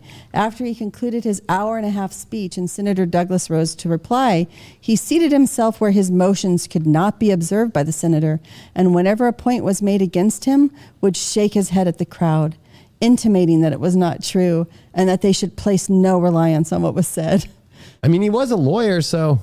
But look, this was in direct violation of the rules of the debate. And it was a mean trick beneath the dignity of a man of honor. And then he ends this last debate, I think, by backing Stephen Douglas into the corner of getting him to admit he's for popular sovereignty, but Lincoln's trying to prove if you're for popular sovereignty, or was it for the Dred Scott's case? I missed, he got him to realize he was arguing against what he really wanted. I see. Like if you're for Dred Scott, you can't be for popular sovereignty. Right. So I think that was what it was, that he laid out his case through the whole debate series and kind of trapped him at the end. So that's why they're a good lawyer. That's a good lawyer. Yeah. And they both really knew how to lay out their case legally. When I think, because I've read the debate, a lot of it goes into like the legislation that Stephen A. Douglas did for the Kansas-Nebraska Act, the questions of like, bleeding Kansas come up and so forth. Oh, look at this. Long and loud bursts of applause greeted Senator Douglas when he appeared on the stand. And he was about to commence speaking, but was interrupted by Dr. Hope, one of the Danite faction. I don't know who that is. It kind of reminds me of the Trump-Biden debate of 2020. Right? Like, because now we're about to see debates that are going to be not with the committee of debates that are neutral. They're going into the hot spot. Well, Trump's going into the hot spot of CNN, of Biden's camp. Right. And then the other debate, CBS, which I guess you could say might be a little bit more middle, but let's not forget CBS is owned by Paramount, Viacom, right? All that's the same family. So it's like, oh, okay, well, maybe. Although I think CBS is trying to prop themselves up as the middle, which is kind of interesting because CNN always did. They just don't do that anymore. Right. And now CBS is trying to take that spot back. And it's interesting because Lincoln really went into, let's see here. So this is where the debates were held. Let me move it over. Right, all around Illinois. And the areas in the more southern part were the most pro-slavery. So it's interesting that Lincoln had to also present his case in the most the places that would have been the most against his perspective, right? So it's similar in some ways to that, right? That they had to go, where's the cursor? That he'd go all over. And it's so interesting too, because when you read Stephen Douglas's part, and he's arguing, if Abraham Lincoln becomes president, he's going to allow former slaves to become citizens and vote and be equal. And it's just so blatant in black and white. It's just there on the page. And so it makes me wonder if there's similarities now when we look immigration. back. Yeah, when we look back on it, what sort of things are being said that we're going to go, wow, that was really blatant. That was right out there and everybody was supporting it. So to me, it's there's something that we're in such a frenzy about that some people are so behind that they don't see. They're blinded to how horrible it is, whatever they believe, like how disgraceful it is.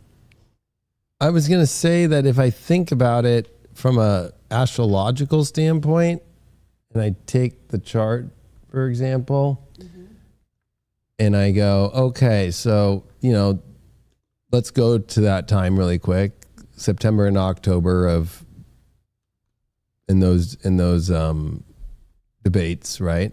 So we'll just pick the beginning of October 1st, just as like an overall. That's right in the midpoint.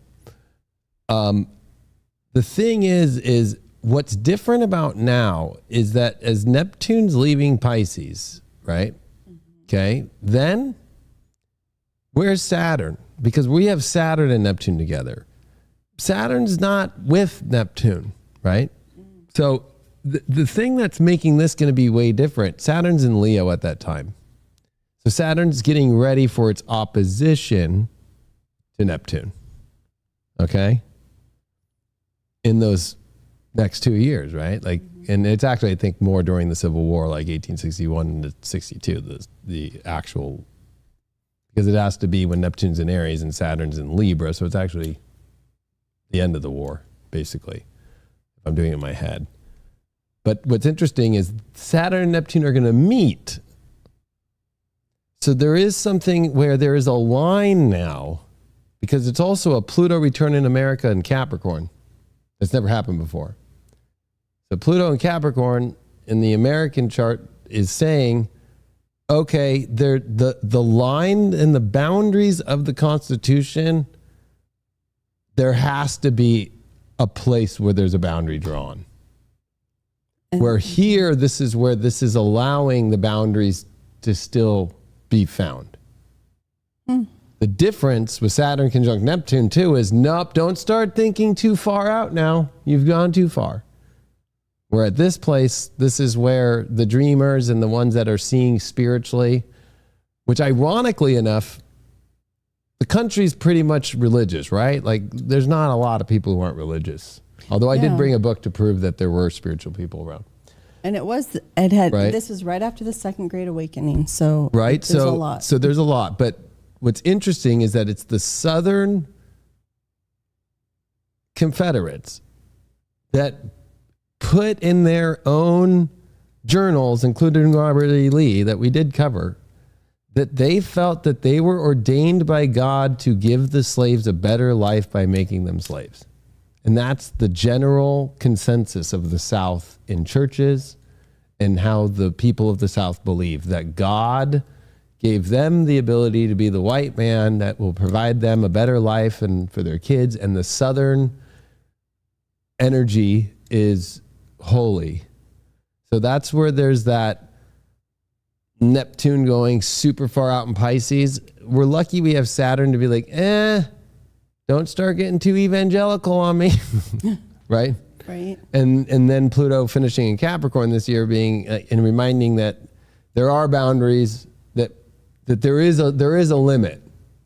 There is a limit. So having Saturn with Neptune and having Pluto coming back into Capricorn means there is a limit. So if you're an illegal immigrant from another country and you're not a citizen here, right? That's different than you've been born in America and you were a slave and trapped right? Like you're an immigrant and you're still a free person.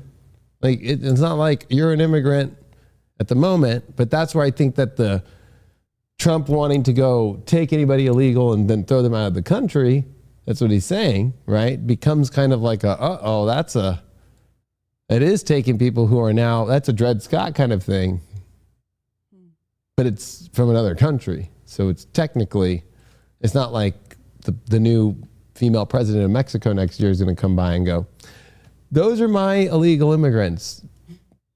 They should stay here or something.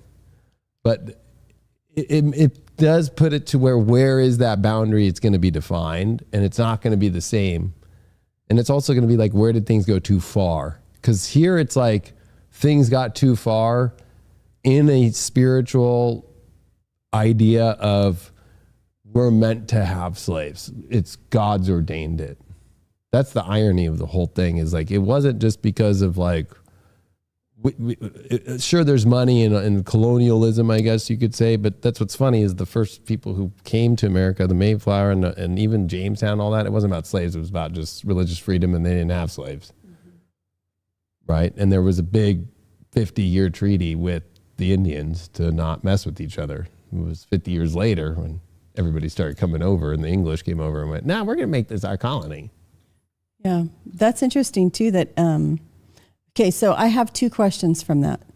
One of them is, what's happening with Pluto by the time it gets to Taurus? Like, what does that mean?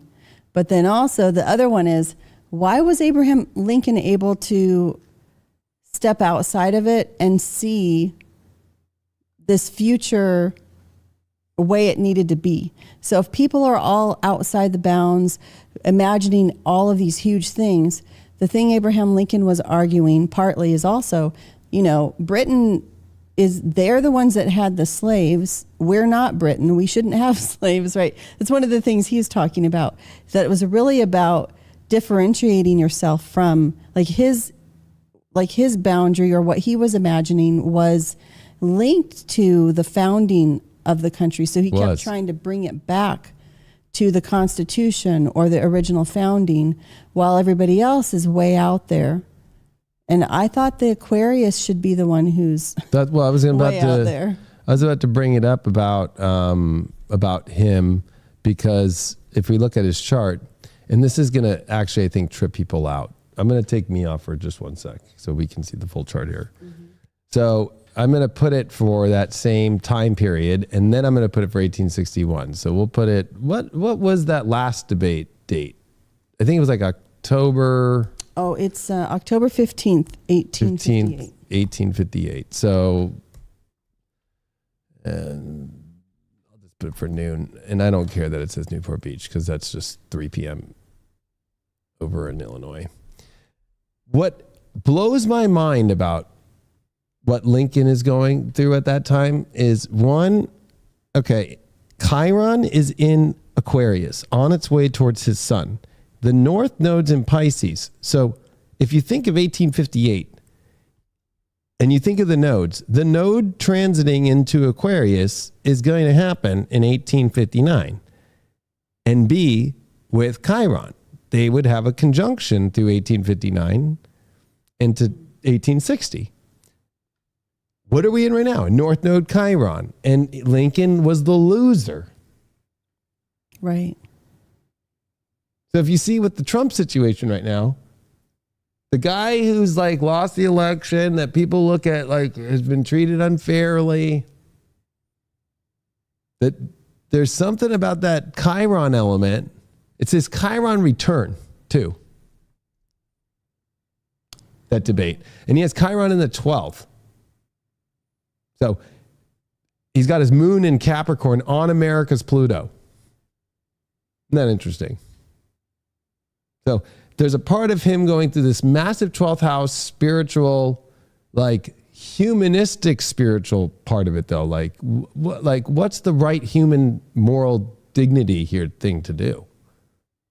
And to be honest with you, I think Chiron in Aquarius is probably one of the best Chirons to have, because it's one of those things to where he's already in Aquarius, so he already is different. He's a double Aquarius, right? He sits right with the sun on the horizon too. So So he was born right there, right as the sun was about to come up, like So literally. he was an Aquarius sun and rising? Yeah. Wow. Yeah, he's born at 6:58 a.m. in the winter.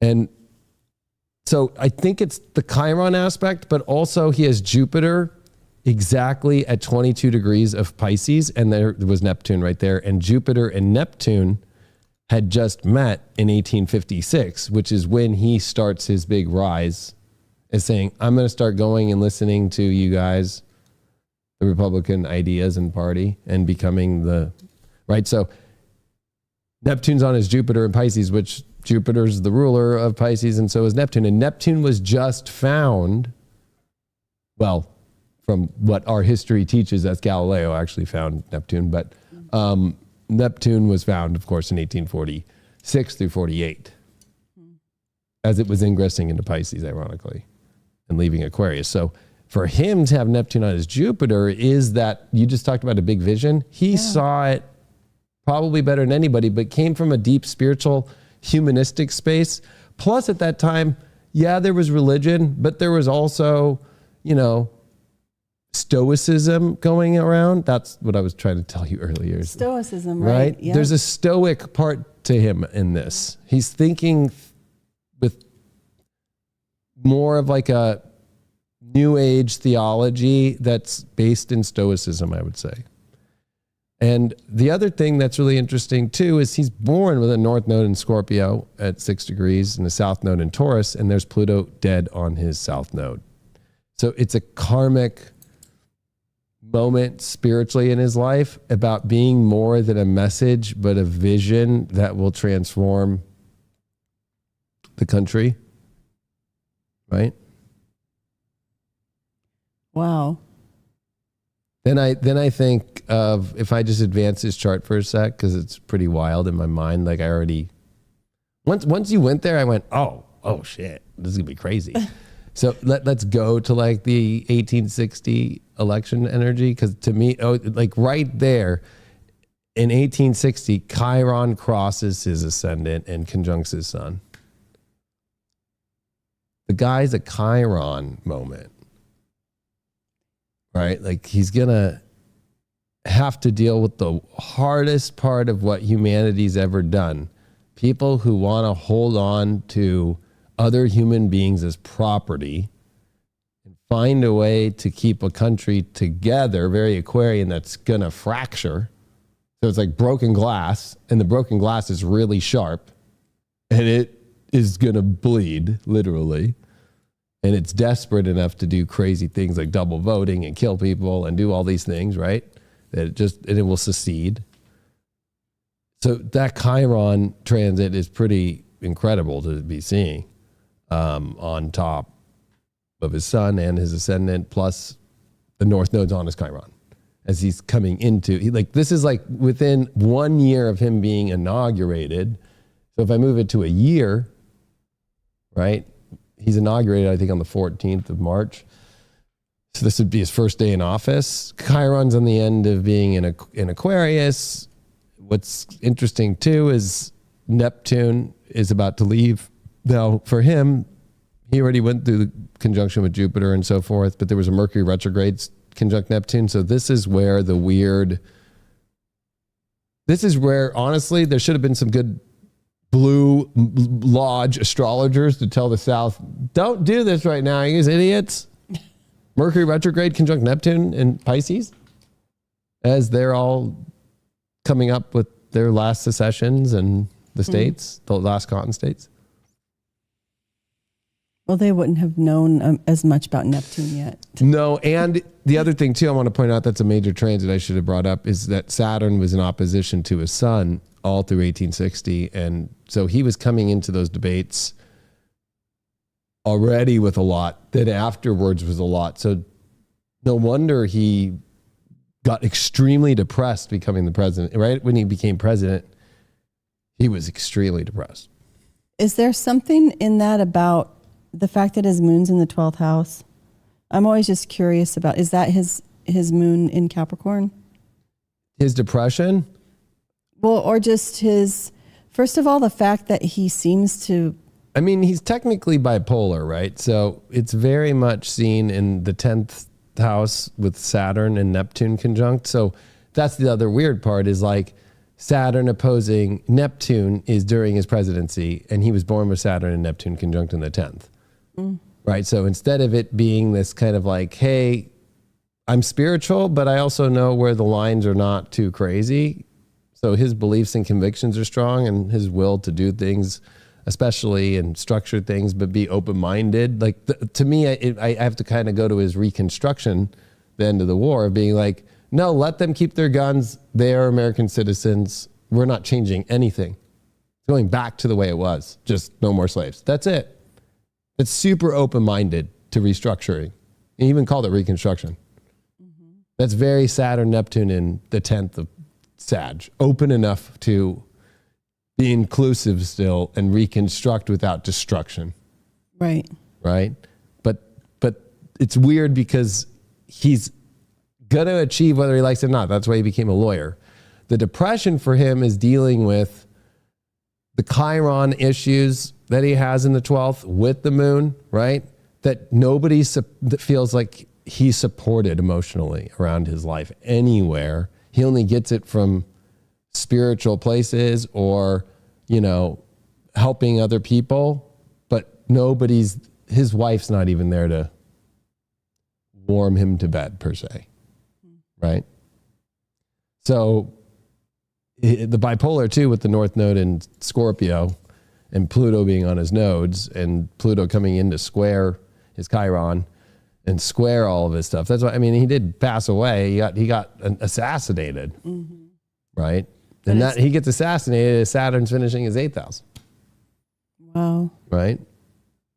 And then progressed wise, if I just think in my head here, he's in his Chiron return right before, during the debates.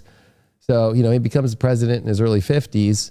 And I just look at his progressed sun and I go, it's 23 degrees, okay, 7, and then, okay, 30, so 37. He's progressed into Aries. Oh, okay. And then he's going through Aries for 37, then 13 is 50, and then 14, 15, 16. So about 14, 15, 16 degrees of Aries is his progressed sun when all this goes down. And not anything really hitting that spot. So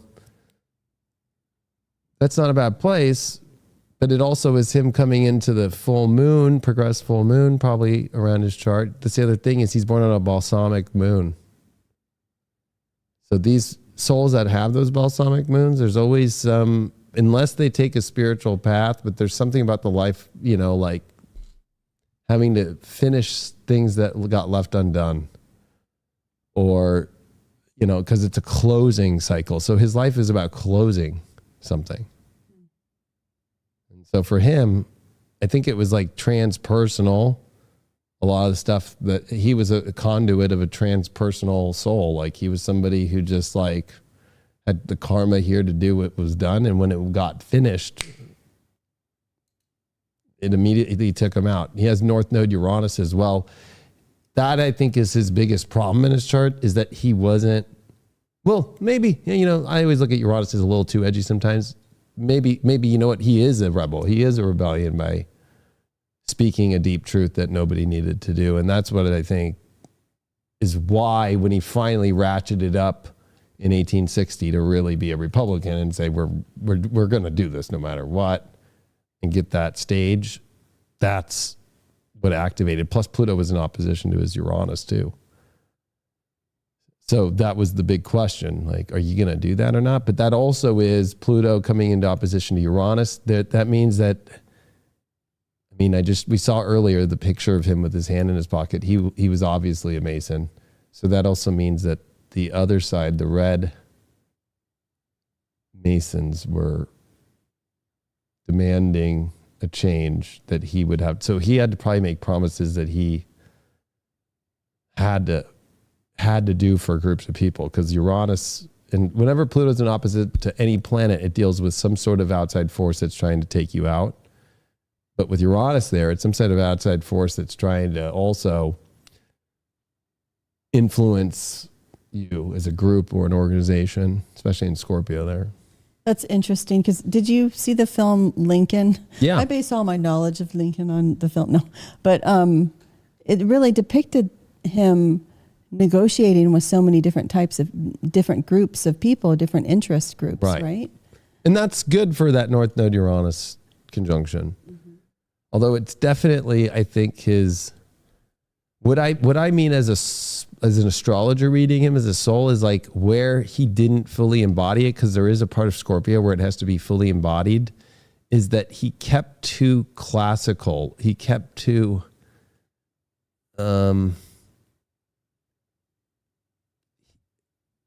let's just say that he didn't let himself fully feel his needs and wants at all. I just look at his wife and go, okay. And his depression in there about Martha. And Mary Todd Lincoln was the one who was known to have some mental instability. I think. So I think for him, he never got his needs met. Interesting. I mean, that would be depressing. The Civil War, you're having to keep the country together. Half the country's gone now. They're fighting against you. Everybody's dying. The bloodiest war in American history, right? Gettysburg. Like, all this is happening. There's no medical innovation at that time still, except take out an axe and chop off it, the thing, put some salt on it, bite on this, and right. He's also the only president to ever really go and test the Constitution himself and, get a bunch of people while they're in the North that were Confederates and do illegal search and seizures and stuff like that to stop a threat to the Union. So imagine not ever pleasing yourself prior to that and during that. Surprises. I think he was happy when he got shot. Oh no. Well, he was watching. I know that might sound crazy, but Aquarians don't mind if they're over it here. They're out.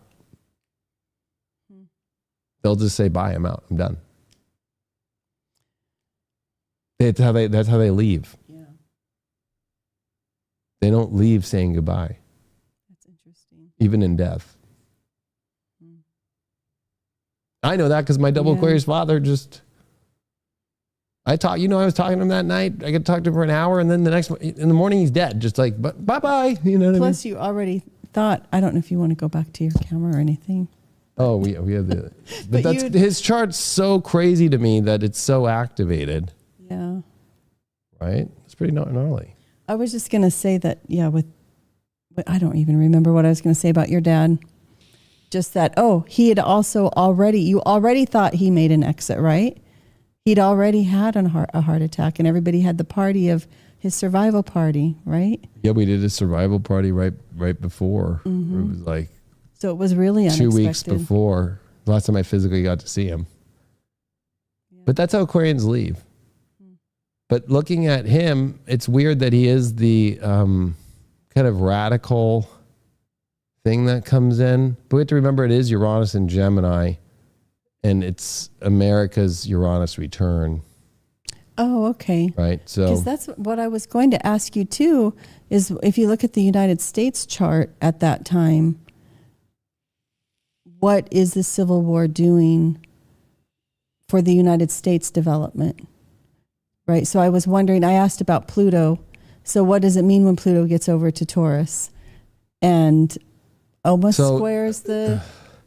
It's more about, with the Pluto thing, it's more about that Uranus is leaving Taurus because Pluto and Uranus are together. In America's chart? Or just like in the world. But if you think about in America's chart, Taurus is kind of like, okay, we're giving England our old boats and our old tanks, like we're doing to Ukraine right now. Taurus is a place where America just does the setup.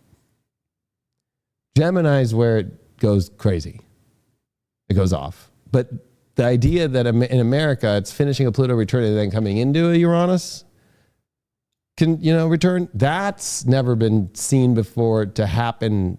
Pluto return, because that's never happened before. So the first one, and then having a Uranus return right after, right? That is going to mean so if you think the Revolutionary War was Uranus, right? At the same degree that the Civil War was. And what do you think is going to happen with World War II? Same thing. America enters the war with Uranus and Gemini coming into the return. So that Every was single Uranus conjunction. Okay. That was only the second return. Right? And then World you War have to II. remember that there's only the longest cycle in astrology is Neptune and Pluto. And so they take the longest to go around because Neptune's 165 years and Pluto's 248. We're still running off of the 7-8 degree Gemini Neptune-Pluto conjunction that happened at the beginning of the 1900s. On America's Uranus, exactly, which is the Industrial Revolution, the Titanic going down, like the Federal Reserve coming in, all that. Then all the Venus eclipse points and the midpoints and the weird stuff all happening by there, like I've showed in Hypergate. The Mars retrograde that we just had in 2022 into 2023 went direct at 8 degrees of Gemini. When Uranus comes into Gemini, America's going into the biggest war it ever will. Every time it does. There is no... When it's on 1777 into 8, because that's really like where the war's happening, right? 1861, 1941, 2025 into 6. That's too many patterns exactly showing the same thing. I know it, nobody wants to hear it. So can I and that's what's that's what's the hardest part about being an astrologer, and I think also adding the human design element of being a 5-1 is like, I have the foundation, the data is there as an astrologer, so it's like, to be the heretic, I don't mind it because I know that the data is there, and then I think that there's a lot of weak astrologers because they're too afraid to say what they know. They know. They just don't want to believe. But it's not about, astrology is not a belief system. It's about hermetic. It's like, that's just the truth. It's going to happen. But I think it throws the whole spiritual community in a tizzy because they believe in manifestation. Or they think the new age is this collective new manifestation of avoiding these things. But what I've seen throughout every age, patterns in astrology do the same thing. It doesn't change it. So you can change timelines and the same effect's going to happen in the timeline. So there is no horizon that you get out of the things you don't want to until you die. Don't do the evil laugh. It's not an evil one. It's just kind of like, the truth, The mad scientist, kind of. But I have so many questions since you brought all of that up. But what I was thinking about just at that moment was, okay, so I'm thinking of the Civil War in terms of from the soldier's perspective. And who were those soldiers? Would they have been Pluto Pisces? Or no, they would have been Pluto. The ones Taurus. that fought in the Civil War. So they're all Pluto Aquarians. Wow. Because Pluto was in Aquarius for 20 years. And so, yeah. And some Pluto Capricorns.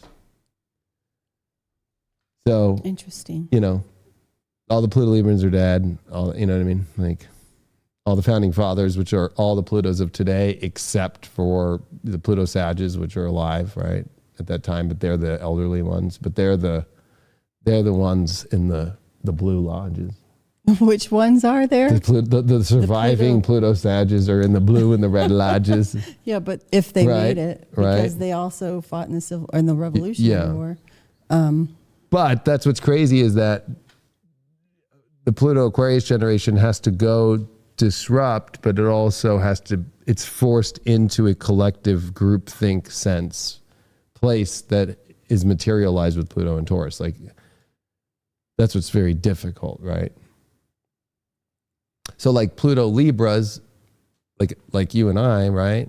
Are you Pluto Virgo. You're at the end of Virgo though. So Well, I'll use the George Washington example. Yeah. Is that a Pluto Libra, when Pluto comes into Scorpio, but Pluto in Libra is at its fastest in Scorpio. The two fastest signs is Pluto Libra and Scorpio. So it's kind of a weird one because we go through the most Pluto's transits, right? And we go, even the computer systems are wrong. Like I'm in Pluto square Pluto and Neptune square Neptune. And they're like, yeah, Neptune square Neptune comes at like 41 years old. I'm like, no, I'm already in it, you know? But that's the crazy part, is that what happened with that Pluto Libran? Washington married, at that time, it was not normal to marry a widow who had kids. So, and also that idea of like Pluto, when it comes into Scorpio, is like my parents got divorced, right? Like, so it was like, you know, like the Pluto Libra experience is more of like the world's crazy and, relationships are not that easy to find. I come into a world, Pluto Scorpio, right? I go to high school as it's leaving, or I finish grade school as it's leaving, and relationships want to try all these weird things. The president on TV is having sex with an intern.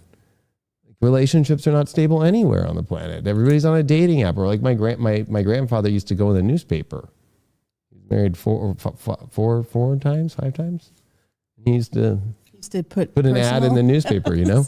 And so, you know, like George Washington's like those are called adopted kids, but they're really his stepchildren. Right? But they don't say that. So he's going against his generation, really. Or yeah, that Pluto Librans kind of have the easier Pluto of all the Plutos, right? Because it's more relationship based. But when it comes to the more legal, or, you know, the opposition point of the evolution is Aries. So when it comes to war, Pluto Librans know exactly what to do and who to find and all that stuff. There needs to be a big tension that's defined in the world for a Pluto Libran to find the right people. When there's no tension, you don't find them.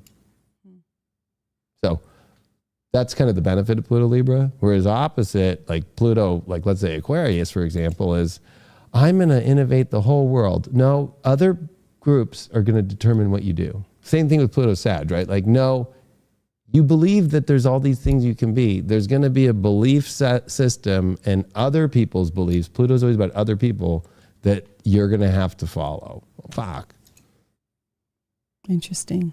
So the two signs that have to follow what other people say would be Pluto Sag and their beliefs, and Pluto Aquarians. And those are those two big wars. But the one that we're in is the Pluto Sages. So yeah, that's what I was thinking about in terms of the generations that are fighting in the wars. By the way, also Pluto Aquarius is Queen Elizabeth I. That's the one I always think of, I think.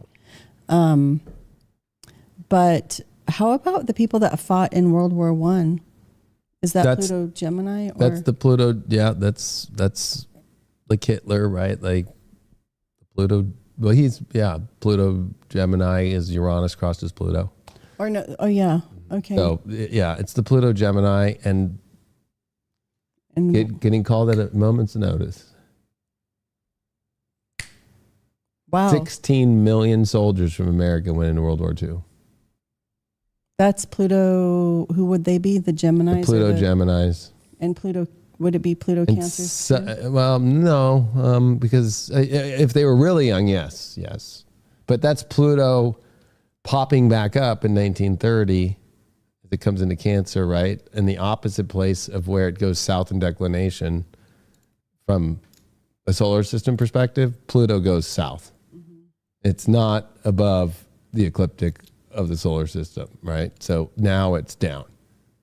So now it comes up, and that's the problem, is that when Pluto's at the last 6 degrees of Capricorn is the descent below into the underworld from the ecliptic, from a helio solar perspective. That it's below the sun, it's below the earth, it's out of bounds. It goes farther south than any other planet.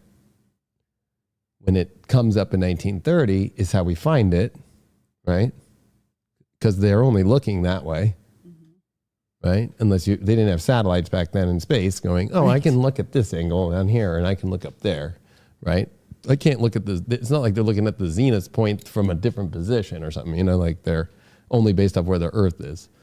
So then you go to 1930 and Pluto pops up, and that's when fascism and all the crazy stuff starts coming, right? And then the whole world's put into something the same way the whole world over the last 4 years since Pluto went down in 2018, 2019, the whole world's caught up into it. And it's the rest of our lives, the stories of that. So there's only 2 generations, the side that's born with the approach to Pluto going south, which we're in, which is relatable to the 1530s, that's technically the end of the 1520s, going into the 1530s, 1774 into 1776, right? And then us in 2018 through 2020. If you're of age conscious, like then the ones that lived through the Great Depression that were aware or young, those are the most 2 intense periods of life in every cycle groups of humans live throughout all history. Everything else is kind of boring. Yeah. It's funny because that's stick, what I think as a historian. My favorite periods of history are those periods that you just talked about. Yeah. So that's interesting. And that's how, ironically, it's astrology, but it's really where the helio understanding is what comes in, because a typical geoastrologer, sure, it might be like, okay, I'm starting to see the declination from Earth's geo perspective go down. It's when you understand it that it's from a helio point of view, and when you look at it from the celestial equator and the understanding of where things are going from like the sun and looking at the equatorial line of where all the planets are sitting at in that declination, because all the other planets go, I want to go with the sun in the same, we're all going like this. Pluto goes, no, bye-bye. You know what I mean? It's the only one that goes into the underworld, right? So unfortunately, we're in the going to Hades, because if you think after the 1700s, it's Hades, and it looks like it's bright, and then 1812, then you go into America having to go through the Civil War, then and all the other wars, the Mexican War, and all that, and then, right? So like we're in, it's not when Pluto comes above the horizon of the celestial equator, understanding from the sun and looking at it from a helio point of view, that's the world, the fastest Pluto through 6 of the 12 signs. So it's, oh my gosh, technology and everything, and oh my gosh, now homes and cars and now we're here, and now everything's slowing down. Everything's going out of business right now. Like this is going to be the rest of our lives. There's not going to be a ramp up in the world creating new things. We're not going to see that. So we all got injected with steroids for the last 100 years coming up. That's how you know it's so fast, because Pluto, as it comes through in 1930, unfortunately, that was 94 years ago, right? 96 years ago. Unfortunately, it's just not going to be like that fast. So, which historically, if you take the end of the 1520s and you go add that understanding and go, okay, so to get back to that point, to like Pluto Cancer, takes fucking a long time. It's a 248 year cycle. But at least 150 years of that is in Hades at the bottom and at the bottom of the south. So it doesn't pop back up until like 150 years later. So it's like, oh, wait, 1630 is 100, add 50. Oh, okay, in the 1680s and 1690s when Pluto comes into Cancer, Oh, then the boom, that huge evolution comes. Look at France. Look at how amazing it becomes. Like, it's so beautiful. And then even England, how it's expanded so far. And it's got colonies in the whole new world. And everybody thinks they're at the top of their world, and the whole world falls apart and down. And it takes 150 years for it to come back to recover by the 1930s. But okay, so in the midst of all of that, in that wonderful story of humanity's descent and rise, okay, so ancient astrologers, or even not so ancient astrologers, didn't know about Pluto. And so I beg to differ, but yeah. Well, I mean, I think I wanted to talk about how, I mean, I know we need to probably start wrapping things up. I haven't even looked at the time, but you talked about Saturn being opposed to Neptune at this time, right? And I was thinking about how things can go out of bounds at that point. And what I know about the Civil War, U.S. Civil War, is the amount of killing and death, right? Like, that went out of control. The numbers of people killed in just one battle, like, isn't it 50,000 something in Gettysburg or Antietam? I can't remember the numbers. That in one battle, I think more people were killed, or as many people were killed as were killed in Vietnam in the whole conflict, right? So yes. So I was thinking about how if you add that element, it gives you a little more character as well about what's happening. And I was just thinking about when you did your work with Nostradamus and looked at the Saturn cycles. Right. That 2025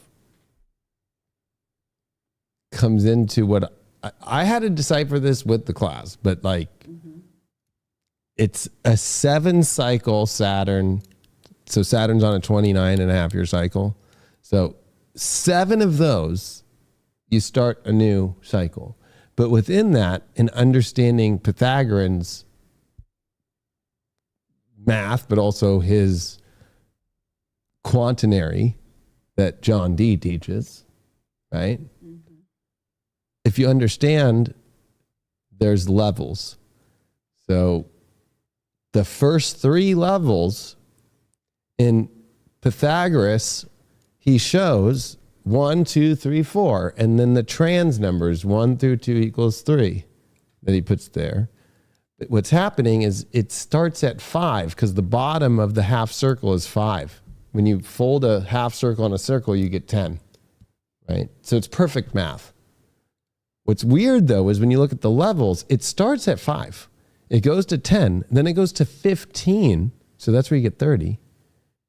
There is no other level except the invisible, the horizon of eternity, the understanding. So we are in the 3rd Saturn cycle after a big reset from Nostradamus's big prophecies book. That's his only real writings besides a couple almanacs in his epistle to Henry. We in 2025 are stepping into the great 4th turning that is the same one looking back at where 1613 and then the one that came after that of like, that's more about discovery and all that stuff. But what's crazy is we're leaving a 1937 cycle and moving into it's pretty wild. Like that would be as big of a contact as what we're about to get. But it's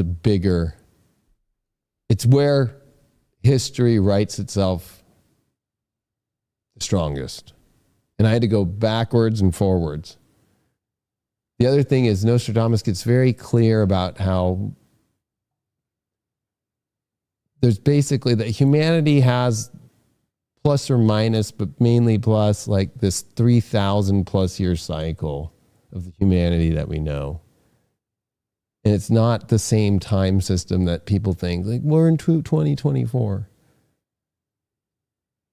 I did that math, and it looks like humanity comes into the greatest turning of all time. But also, I think it's great understanding when the true age of Aquarius by math happens in the 2143 or something like that. I don't remember that exact date. It's in Hypergate, but that's where I was like, holy shit, that's exactly in line with the age of Aquarius too. That he figured out the understanding of the ages through a Saturn cycle and it being at the 0 Aries point and how you define it. And when you find Mars and Venus both in retrograde in the same time period, meaning at the same time and in opposition, and he picked the only date that is possible for that to have happened in a 2,000-year cycle in 1555, March 1st. And I've never heard one astrologer put that out to the world. Blows my mind still. Yeah. And we did just have Mars and Venus retrograde, in the same year? It's more the same year we keep seeing, but to get them same time, it does happen. But to have them oppose as many times as they did in 1555 is the most enlightening astrology. Like, more people will learn from Nostradamus than any other astrologer in the world, and how he taught without giving you planets, but you seeing it through the date he tells you in a letter to his son. And his first line is, "To my son for the future, I know you're young, that you will be able to understand this knowledge and pass it on," and so forth. But it literally is, he could do it with that cycle, and that cycle lines up with all these cycles, which is kind of scary. But so we're not lined up to 1555. We're lined up to what previous one? Well, it's funny. We will never be lined up to 1555. Okay. There will not be a Mars and Venus opposition, both in their retrograde form, that make direct oppositions multiple times. So that's not happening. And that's why he knew in 1555 to have the wisdom and knowledge back then. Let's remember that Galileo was not around yet, right? Copernicus and that whole idea was not fully embraced in all this stuff, right? This is Nostradamus. And he is able to see that this is the only time this will happen. Yeah. And how to use that chart to all the quatrains, the 4 sentences are lies. They're for the men of letters, because in quaternary Pythagorean, it's invisible, the 4th layer. That the 5, when it meets on a half circle and it meets the other half circle, it creates a 10 without showing it. There is no showing a 4th layer. There is no showing the quaternary is invisible. So anybody trying to predict off, the whole half of the book is just him scribbling on nutmeg in the middle of the night. Okay? It's all in his epistle to Henry and his preface to his son. The dates, and he gives the days. In 187 years, 6 months, and 11 days, and this will be when the plague ends. This will be when the Republic, in this period, because you have to take, it was 1732. Oh, wait, a Saturn cycle? Okay, so it comes in the 1760s, and that next one brings the Revolution and the Republic. Remember that he was Frenchman, he was a Jew, but he was dreaming like so many others of the Roman Republic, ironically, the idea that they had a republic because it had been lost for so long. And he was a Jew, right? It didn't matter at that time because all these kings and the monarchies around the world enforcing, and 1 minute they like you, 1 minute they don't, 1 minute, right? That they were dreaming, and even John Dee dreamed of the republic. They all were talking about restoring the republic to humanity. That's the key to prophecy. That's what the founding fathers used John Dee's work, but I'll let Alan Green get into that. And Abraham Lincoln, do you think that he was a prophet of some sort or no? No, I actually think that Abraham Lincoln was a transpersonal being, meaning that he wasn't a prophet, but he was somebody that had to come down to finish karma that he hadn't finished. and that he could be, to me, he reminds me of like a ghost. Like he's somebody who's not that, intense for a time that already is surrounded by intensity and able to kind of be the wallflower, right? Yet sit in the meeting for the Emancipation Proclamation and get it done. Like, you know what I mean? Like a wallflower gets that done. So, to me, though, no, he was not some sort of really smart prophet or anything. Some of the first house people really are not. They're figuring out who they are, right?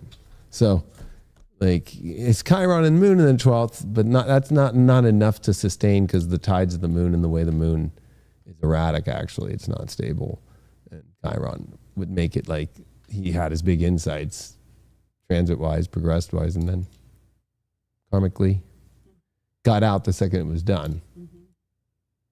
I think that the founding fathers were I think like quadruple his energy, ironically, of understanding the laws of the divination and so forth. So he could have been put here from a different galaxy, different place, a different system. If he's a first house sun, he was double dropped Aquarius, in. yeah.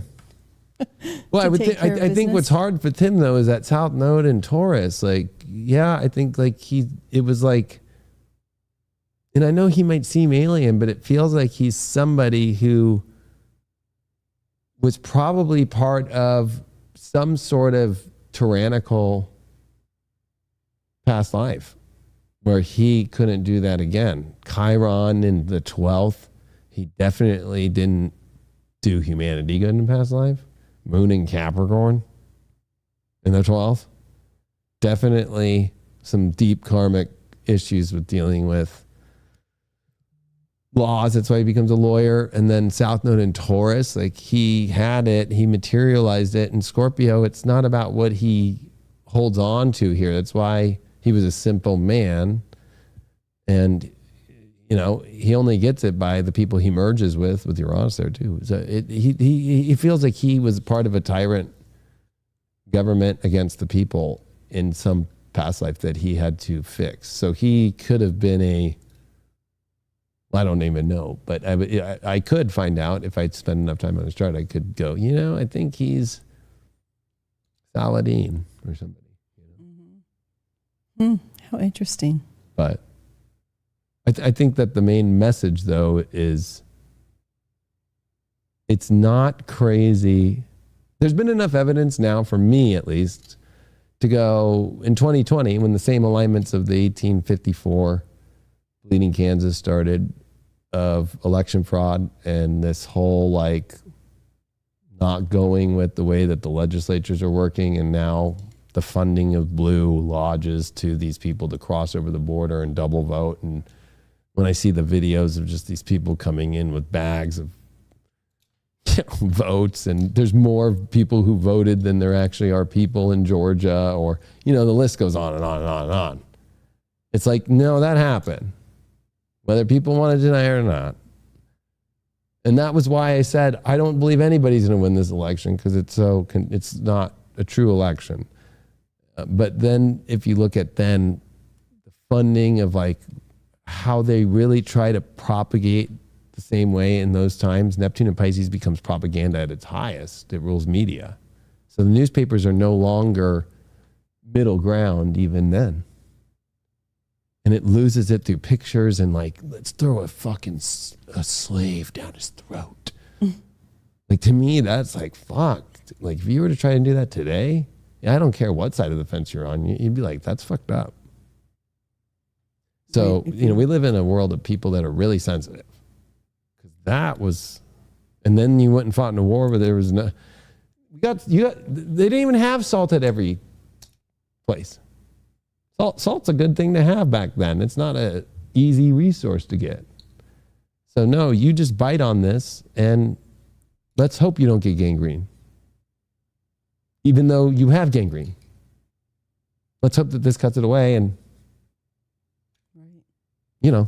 so. I don't know what the final lesson is here of this one, but I don't know what the final lesson is either. I do have a question then.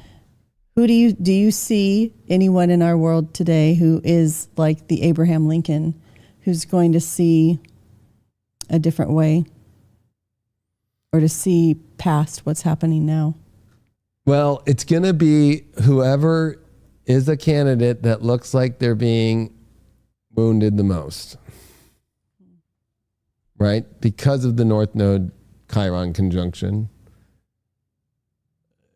What's really interesting is if you look at Trump's chart, he's got Chiron at 14, Libra with Jupiter conjunct. So it was really weird because Mercury and Uranus met at 24 when he got the judgment by the jury to the, right? Like he hasn't been prosecuted yet by, or had his arraignment done of what he's going to get sentence-wise. But it's really interesting because I started being like, this is really weird. Like there's weird aspects happening. Saturn was in quincunx to his Chiron and Jupiter. And it's like North Node and the solar eclipse was in opposition that was with Chiron to his Chiron and Jupiter. So it's weird. It's kind of the opposite. But then I think of RFK too, not being allowed to debate, the Democratic Party pushing him away. But the Democrats are going to split over the Gaza and the Israel thing. That's what I predict is going to happen because they have to have an issue that's going to split them. And they already are split, right? They've already been saying like there's the progressive wing and whatever. Like all the Republicans are now, we're all the Republicans, right? MAGA is Republican. So even when you know this, because I've been waiting for this moment in the last week, because if people went crazy and started to do border ruffians shit over Trump getting a guilty verdict, then I would have been like, okay, the Republicans are going to be the ones that are the crazy ones for this part. But they didn't. They raised money. That's it, right? But you see like, oh, okay, today and yesterday, they're saying now, front of the Wall Street Journal, all this stuff, Biden is losing it because of his age behind closed doors.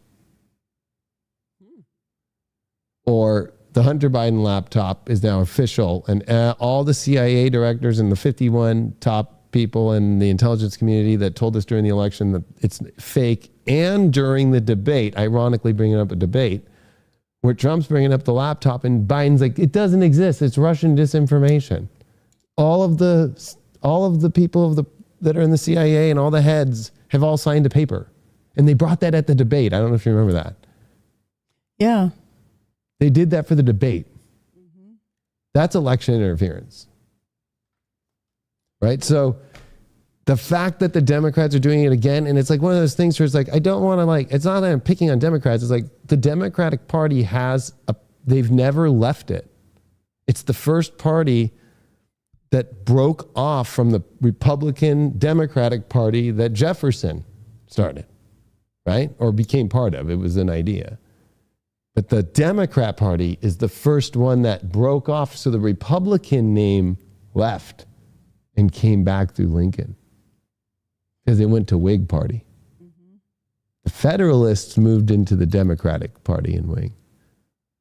The Whigs moved into the old idea of republic, the anti-federalists. So really it comes back, because we're in a Pluto return, to who's the Federalists, who's the anti-federalists. And remember, the Federalists were not wanting the Bill of Rights. Washington had to bring that in while he was the first president. That was what he assured got into the Constitution, because it wasn't guaranteed up until 1792.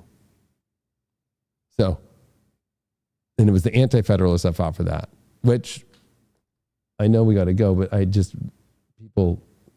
I brought. Oh, right. Should I move my? Oh, no, you're good. I bought this, 3 years ago, this Federalist book. So the Federalist, this is actually what they use to help understand how they made the Constitution, Articles of Confederation. This is a very rare copy. This was owned also by a very wealthy family. I bought this book during, it was, what's their names? Oh, yeah, I can't even read that name right now. I can't even read that one, yeah. But anyway, it was done in 1842. What's interesting in the Federalist, this is the first complete Federalist that also has Madison's work, because it was at his house. In 1842, this is the first moment where all of the founding fathers are dead. They finally have got all of the remarks of John Jay, Madison. And so this goes into this is the first complete and first edition of the Federalist, 1842. So this goes and has the Articles of Confederation in it. This has the Constitution of the United States with stuff that you won't find on websites. Like, you know, that, okay, these amendments have until 1800 to be changed and then they're permanent. They can never, so the Second Amendment can never be changed. The First Amendment can never be changed. Like the idea that they're trying to say, that liberals say, we're going to get rid of the Second Amendment, that's impossible. They know that. It's written in our Constitution. It's written in the Federalist Papers. But this is also the papers of the Anti-Federalists and the Federalists and their battle for the Constitution and how they wanted it. Really, to me, it's this in here that's, if people want to see the guide of how to know what side's going to be on the right or wrong fence, go in here and see what side you're on. You know? And it's weird because it was Jefferson and it was the Republican Democratic Party. The Democratic Party split. Madison, I think, was the last technical one, and then it split into Masons, right? There was a Mason movement against Masons. It was an anti-Mason party, right? Correct. And that anti-Mason party was about probably this funding and also other things. But I think it's interesting that the Democrat Party is based off the party that split under the federalism, ironically, yet then secedes from federalism. That the Republicans are about the federalism. Mm-hmm. Now, what are you seeing right now? Republicans being for both, just being done properly. Whereas federalism has been lost again by Democrats. Like, no, just change the electors by having the Secretary of State make the change for mail-in ballots. That's not in the Constitution. Or, you know what? Just have the OSHA, have the president do that, and just have OSHA force vaccination on companies that have 100 employees or more. Or I think it goes even bigger into like, oh, you know, just like let student debt go away, as the government saying that it is. So the Democrats are now overstepping again. Now, Republicans do too, under Bush and Reagan and so forth, right? Mm-hmm. But it's really interesting to see what side's pushing it to where it's literally infringing upon the rights of all people. And I think it's interesting that in the South, where slave owners were and where the actual African-American slaves were and where they are today, they're all turning on the Democrats right now. And I was like, if they're not by 2024 turning to want to be for whoever the Republican is, then the Republicans are the bad ones. The fact that the black vote's now going for Trump shows that the astrology is showing the Democrats are the party that will secede from the Union. And I know that sounds crazy, but think of the craziness of Robert De Niro in front of the trial of Trump in New York just last week that represented the Biden campaign. Never seen anything like that. And if he's elected, what are we going to do? That's exactly how Lincoln was. What are we going to do if he's elected? I know this is a really dumb comment. This is too stupid to end with, but Robert De Niro made me think of the fact that John Wilkes Booth was an actor. Yeah. So, not that has to do with anything, but, you know, thought I'd throw it out there. I have one more thing to show that ChatGPT helped me. Okay. I swear we'll end. But this is too good for people. So I was like, first, so people know, what's the difference between the American Freemasonry lodges during that time? Oh, wow. Right? So in the blue lodges are the craft lodges, also known, and they encompass the first 3 degrees of Freemasonry, the entered apprentice, the fellow craft, the master mason. The blue lodge is symbolically associated with King Solomon's temple and focuses on moral and ethical teachings, self-improvement, and brotherly love. Primary focus, the emphasis on the foundational principles of the basic tenets of Freemasonry, including character building, and almost all Freemasons begin their journey in a blue lodge. It is the entry point into Masonry, and membership in a blue lodge is the prerequisite for further progression into the Masonic bodies. The red is the York Rite, and that has the other degrees that are Mark Master, Postmaster, and that's the side that you see like Washington go towards and stuff. The York Red Lodges focus on the continuation of the lessons from the Blue Lodge and delve into more specific historical and allegorical narratives, particularly related to the rebuilding of the temple in Jerusalem. But it kind of reminds me of like it's a uniparty. Well, that's the thing I always think about when people go towards talking about Freemasons is the idea of Freemasonry is that it's a brotherhood, and they had to. I'm trying to think of what was the first war where basically the blue is the test to see if you're going to go on any farther. The red is for those that are worthy of going on farther. That's even what it says, and that in that time period too.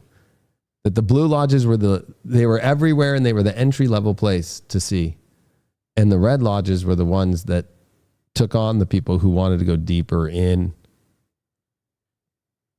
to more advanced degrees within the York Reich. The other thing I wanted to show people is population decline. When has it been greater of a population decline than a, acceleration, right? Or growth? The Black Plague, the 30 Years' War, the Spanish Conquest, the Great Irish Famine, which is right before World War I, and the influenza pandemic, World War II, the Russian Civil War, the HIV, and the Syrian War to present. Civil War. Or Civil War, yeah. The Syrian Civil War, yeah. To present. But it's kind of interesting because it's like, okay, so, I'm not going to get in the Black Death thing because we're actually in a lot of those transits materializing as 1347 right now. 30-Year War, that's kind of interesting because that's... I just thought of that earlier because you mentioned 1613, I think. The Spanish conquest of Americas, and then this World War I is kind of interesting, but it's this World War II that we're the most connected with. And that's an estimated 70 to 85 million people, about 3 to 4% of the world's population at the time. The other one that's as greater or more significant is the Black Death, which were in both transits. So, and we actually have episodes of that on here. Yes. Yeah. So anyway, I don't know. Any last final words? My last final words, I always am trying to be optimistic, but I don't know what to say on this one.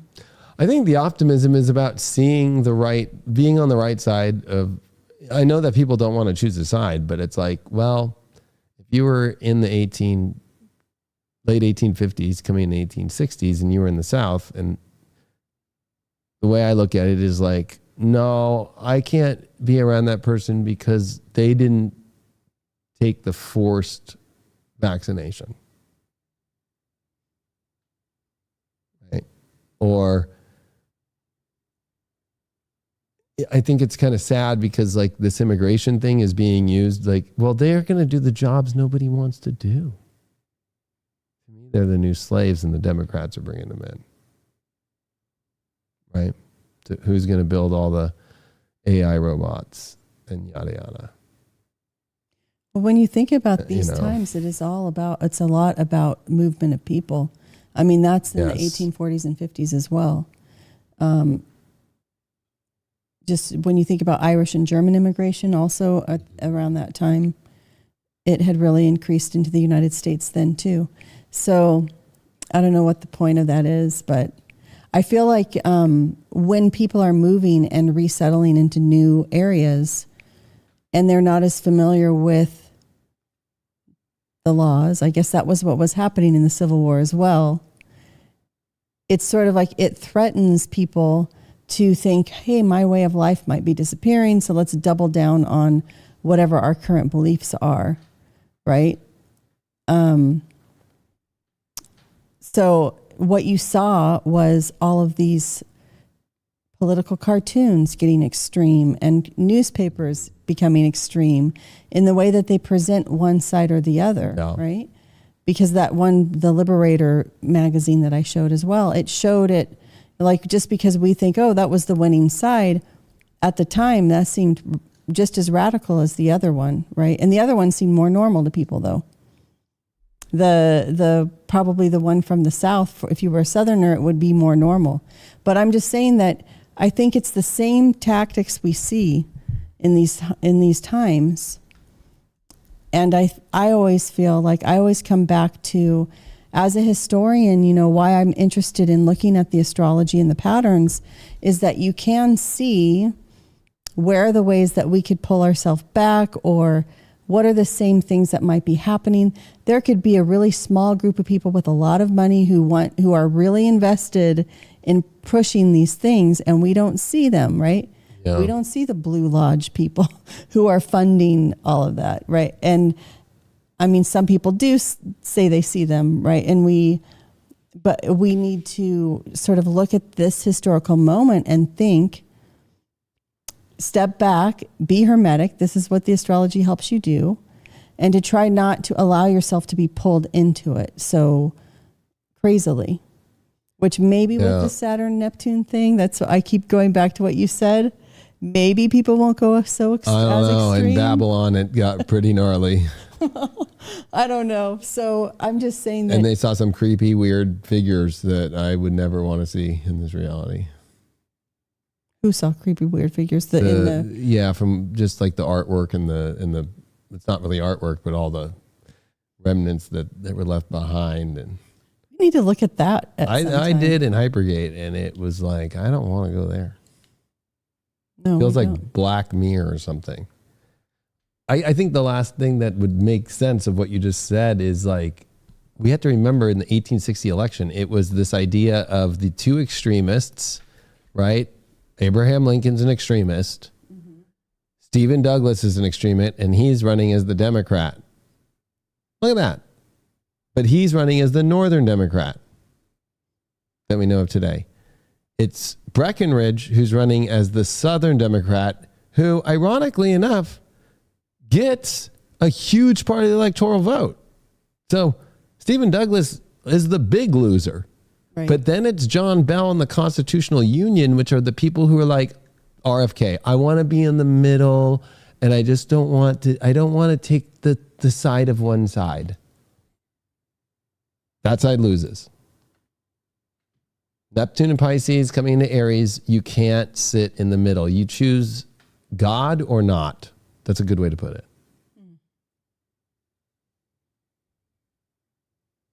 Not religion either. Just you either believe in a divinity or you don't. You either are going to have light or dark. You're either going to be with your soul or without. And those are extremist views. So it's like, then there's the rematch. And you're seeing the Trump-Biden rematch. It's so. And the person who won loses the worst. The person who won like Stephen A. Douglas had the lowest of the electoral votes. So I wouldn't be surprised, because RFK is kind of the Constitutional Union guy. He even went to the Libertarian Party. They might throw in you know what? This whole Biden head Democrat, Biden sniffing Democrat copperhead. I'm trying to, this Biden sniffing Democrat party, I can't handle it anymore. We're going to do our crazy, wild, progressive, oppressed Democrat run or something. So, but again, the loser wins. Interesting. So we'll see. But the loser, the loser wins. The loser who also of the rematch. That was the loser. Abraham Lincoln lost to Douglas in the Senate race. Then they both went for and the president. loser who lost because he held fast to his principles. Right. That's, I think, what we don't see a lot of today is one of Abraham Lincoln's famous quotes from that time is, right makes might, right? Not might makes right. And I feel like we've swapped, we're in this world of, and he was in a world of might makes right, right? Where if you think about Biden, he's saying things that he would never have said as vice president or prior. So he doesn't hold on to any of the values, right? Like out of nowhere, it's like, oh, I like black people. No, you don't. You hung out with the Ku Klux Klan and used to say, lock them up. If they get around my kids, my daughter, my wife, put them in there. They got a gun, 10 years. The bills are all Biden. Biden even said on TV as vice presidential candidate, what do you mean? Marriage is between a man and a woman. And we're trying to debate this while there's influenza virus and all this stuff going around. Who's taken the craziest turn away from his actual position? Biden. Where Trump's still saying the same thing, throwing the same red colored fucking MAGA hat and still being like, fucking let's go, and still dancing the YMCA. So. Well, if you look at that as the way they were talking about Abraham Lincoln, trying to equate him with abolitionists, and the abolitionists were the craziest people, talking about Lincoln as this ungentlemanly, whatever, radical guy. Well, the Republicans had that extreme contingent within it. And they won, right? Because the Republican Party was not birthed through Abraham Lincoln. It was the Democrat Republican Party were together. Then they went to the Whigs, and the Republican name just went not talked about for a long time. A North Node Uranus popped it back up. Abraham Lincoln. A North Node Uranus popped it back up. Trump. So funny. Well, we will see. And the Democratic Party's chart has Uranus sitting on America's Pluto. So it will always try and disrupt the deeper Capricorn laws, right? But with Pluto return, it will win over Uranus in that chart. And it's destroying do you really care about everybody? That's what's been the exposure of Pluto and Capricorn to the Democrat Party is, do you really care about black people? We don't think so. Do you really care about immigrants? No.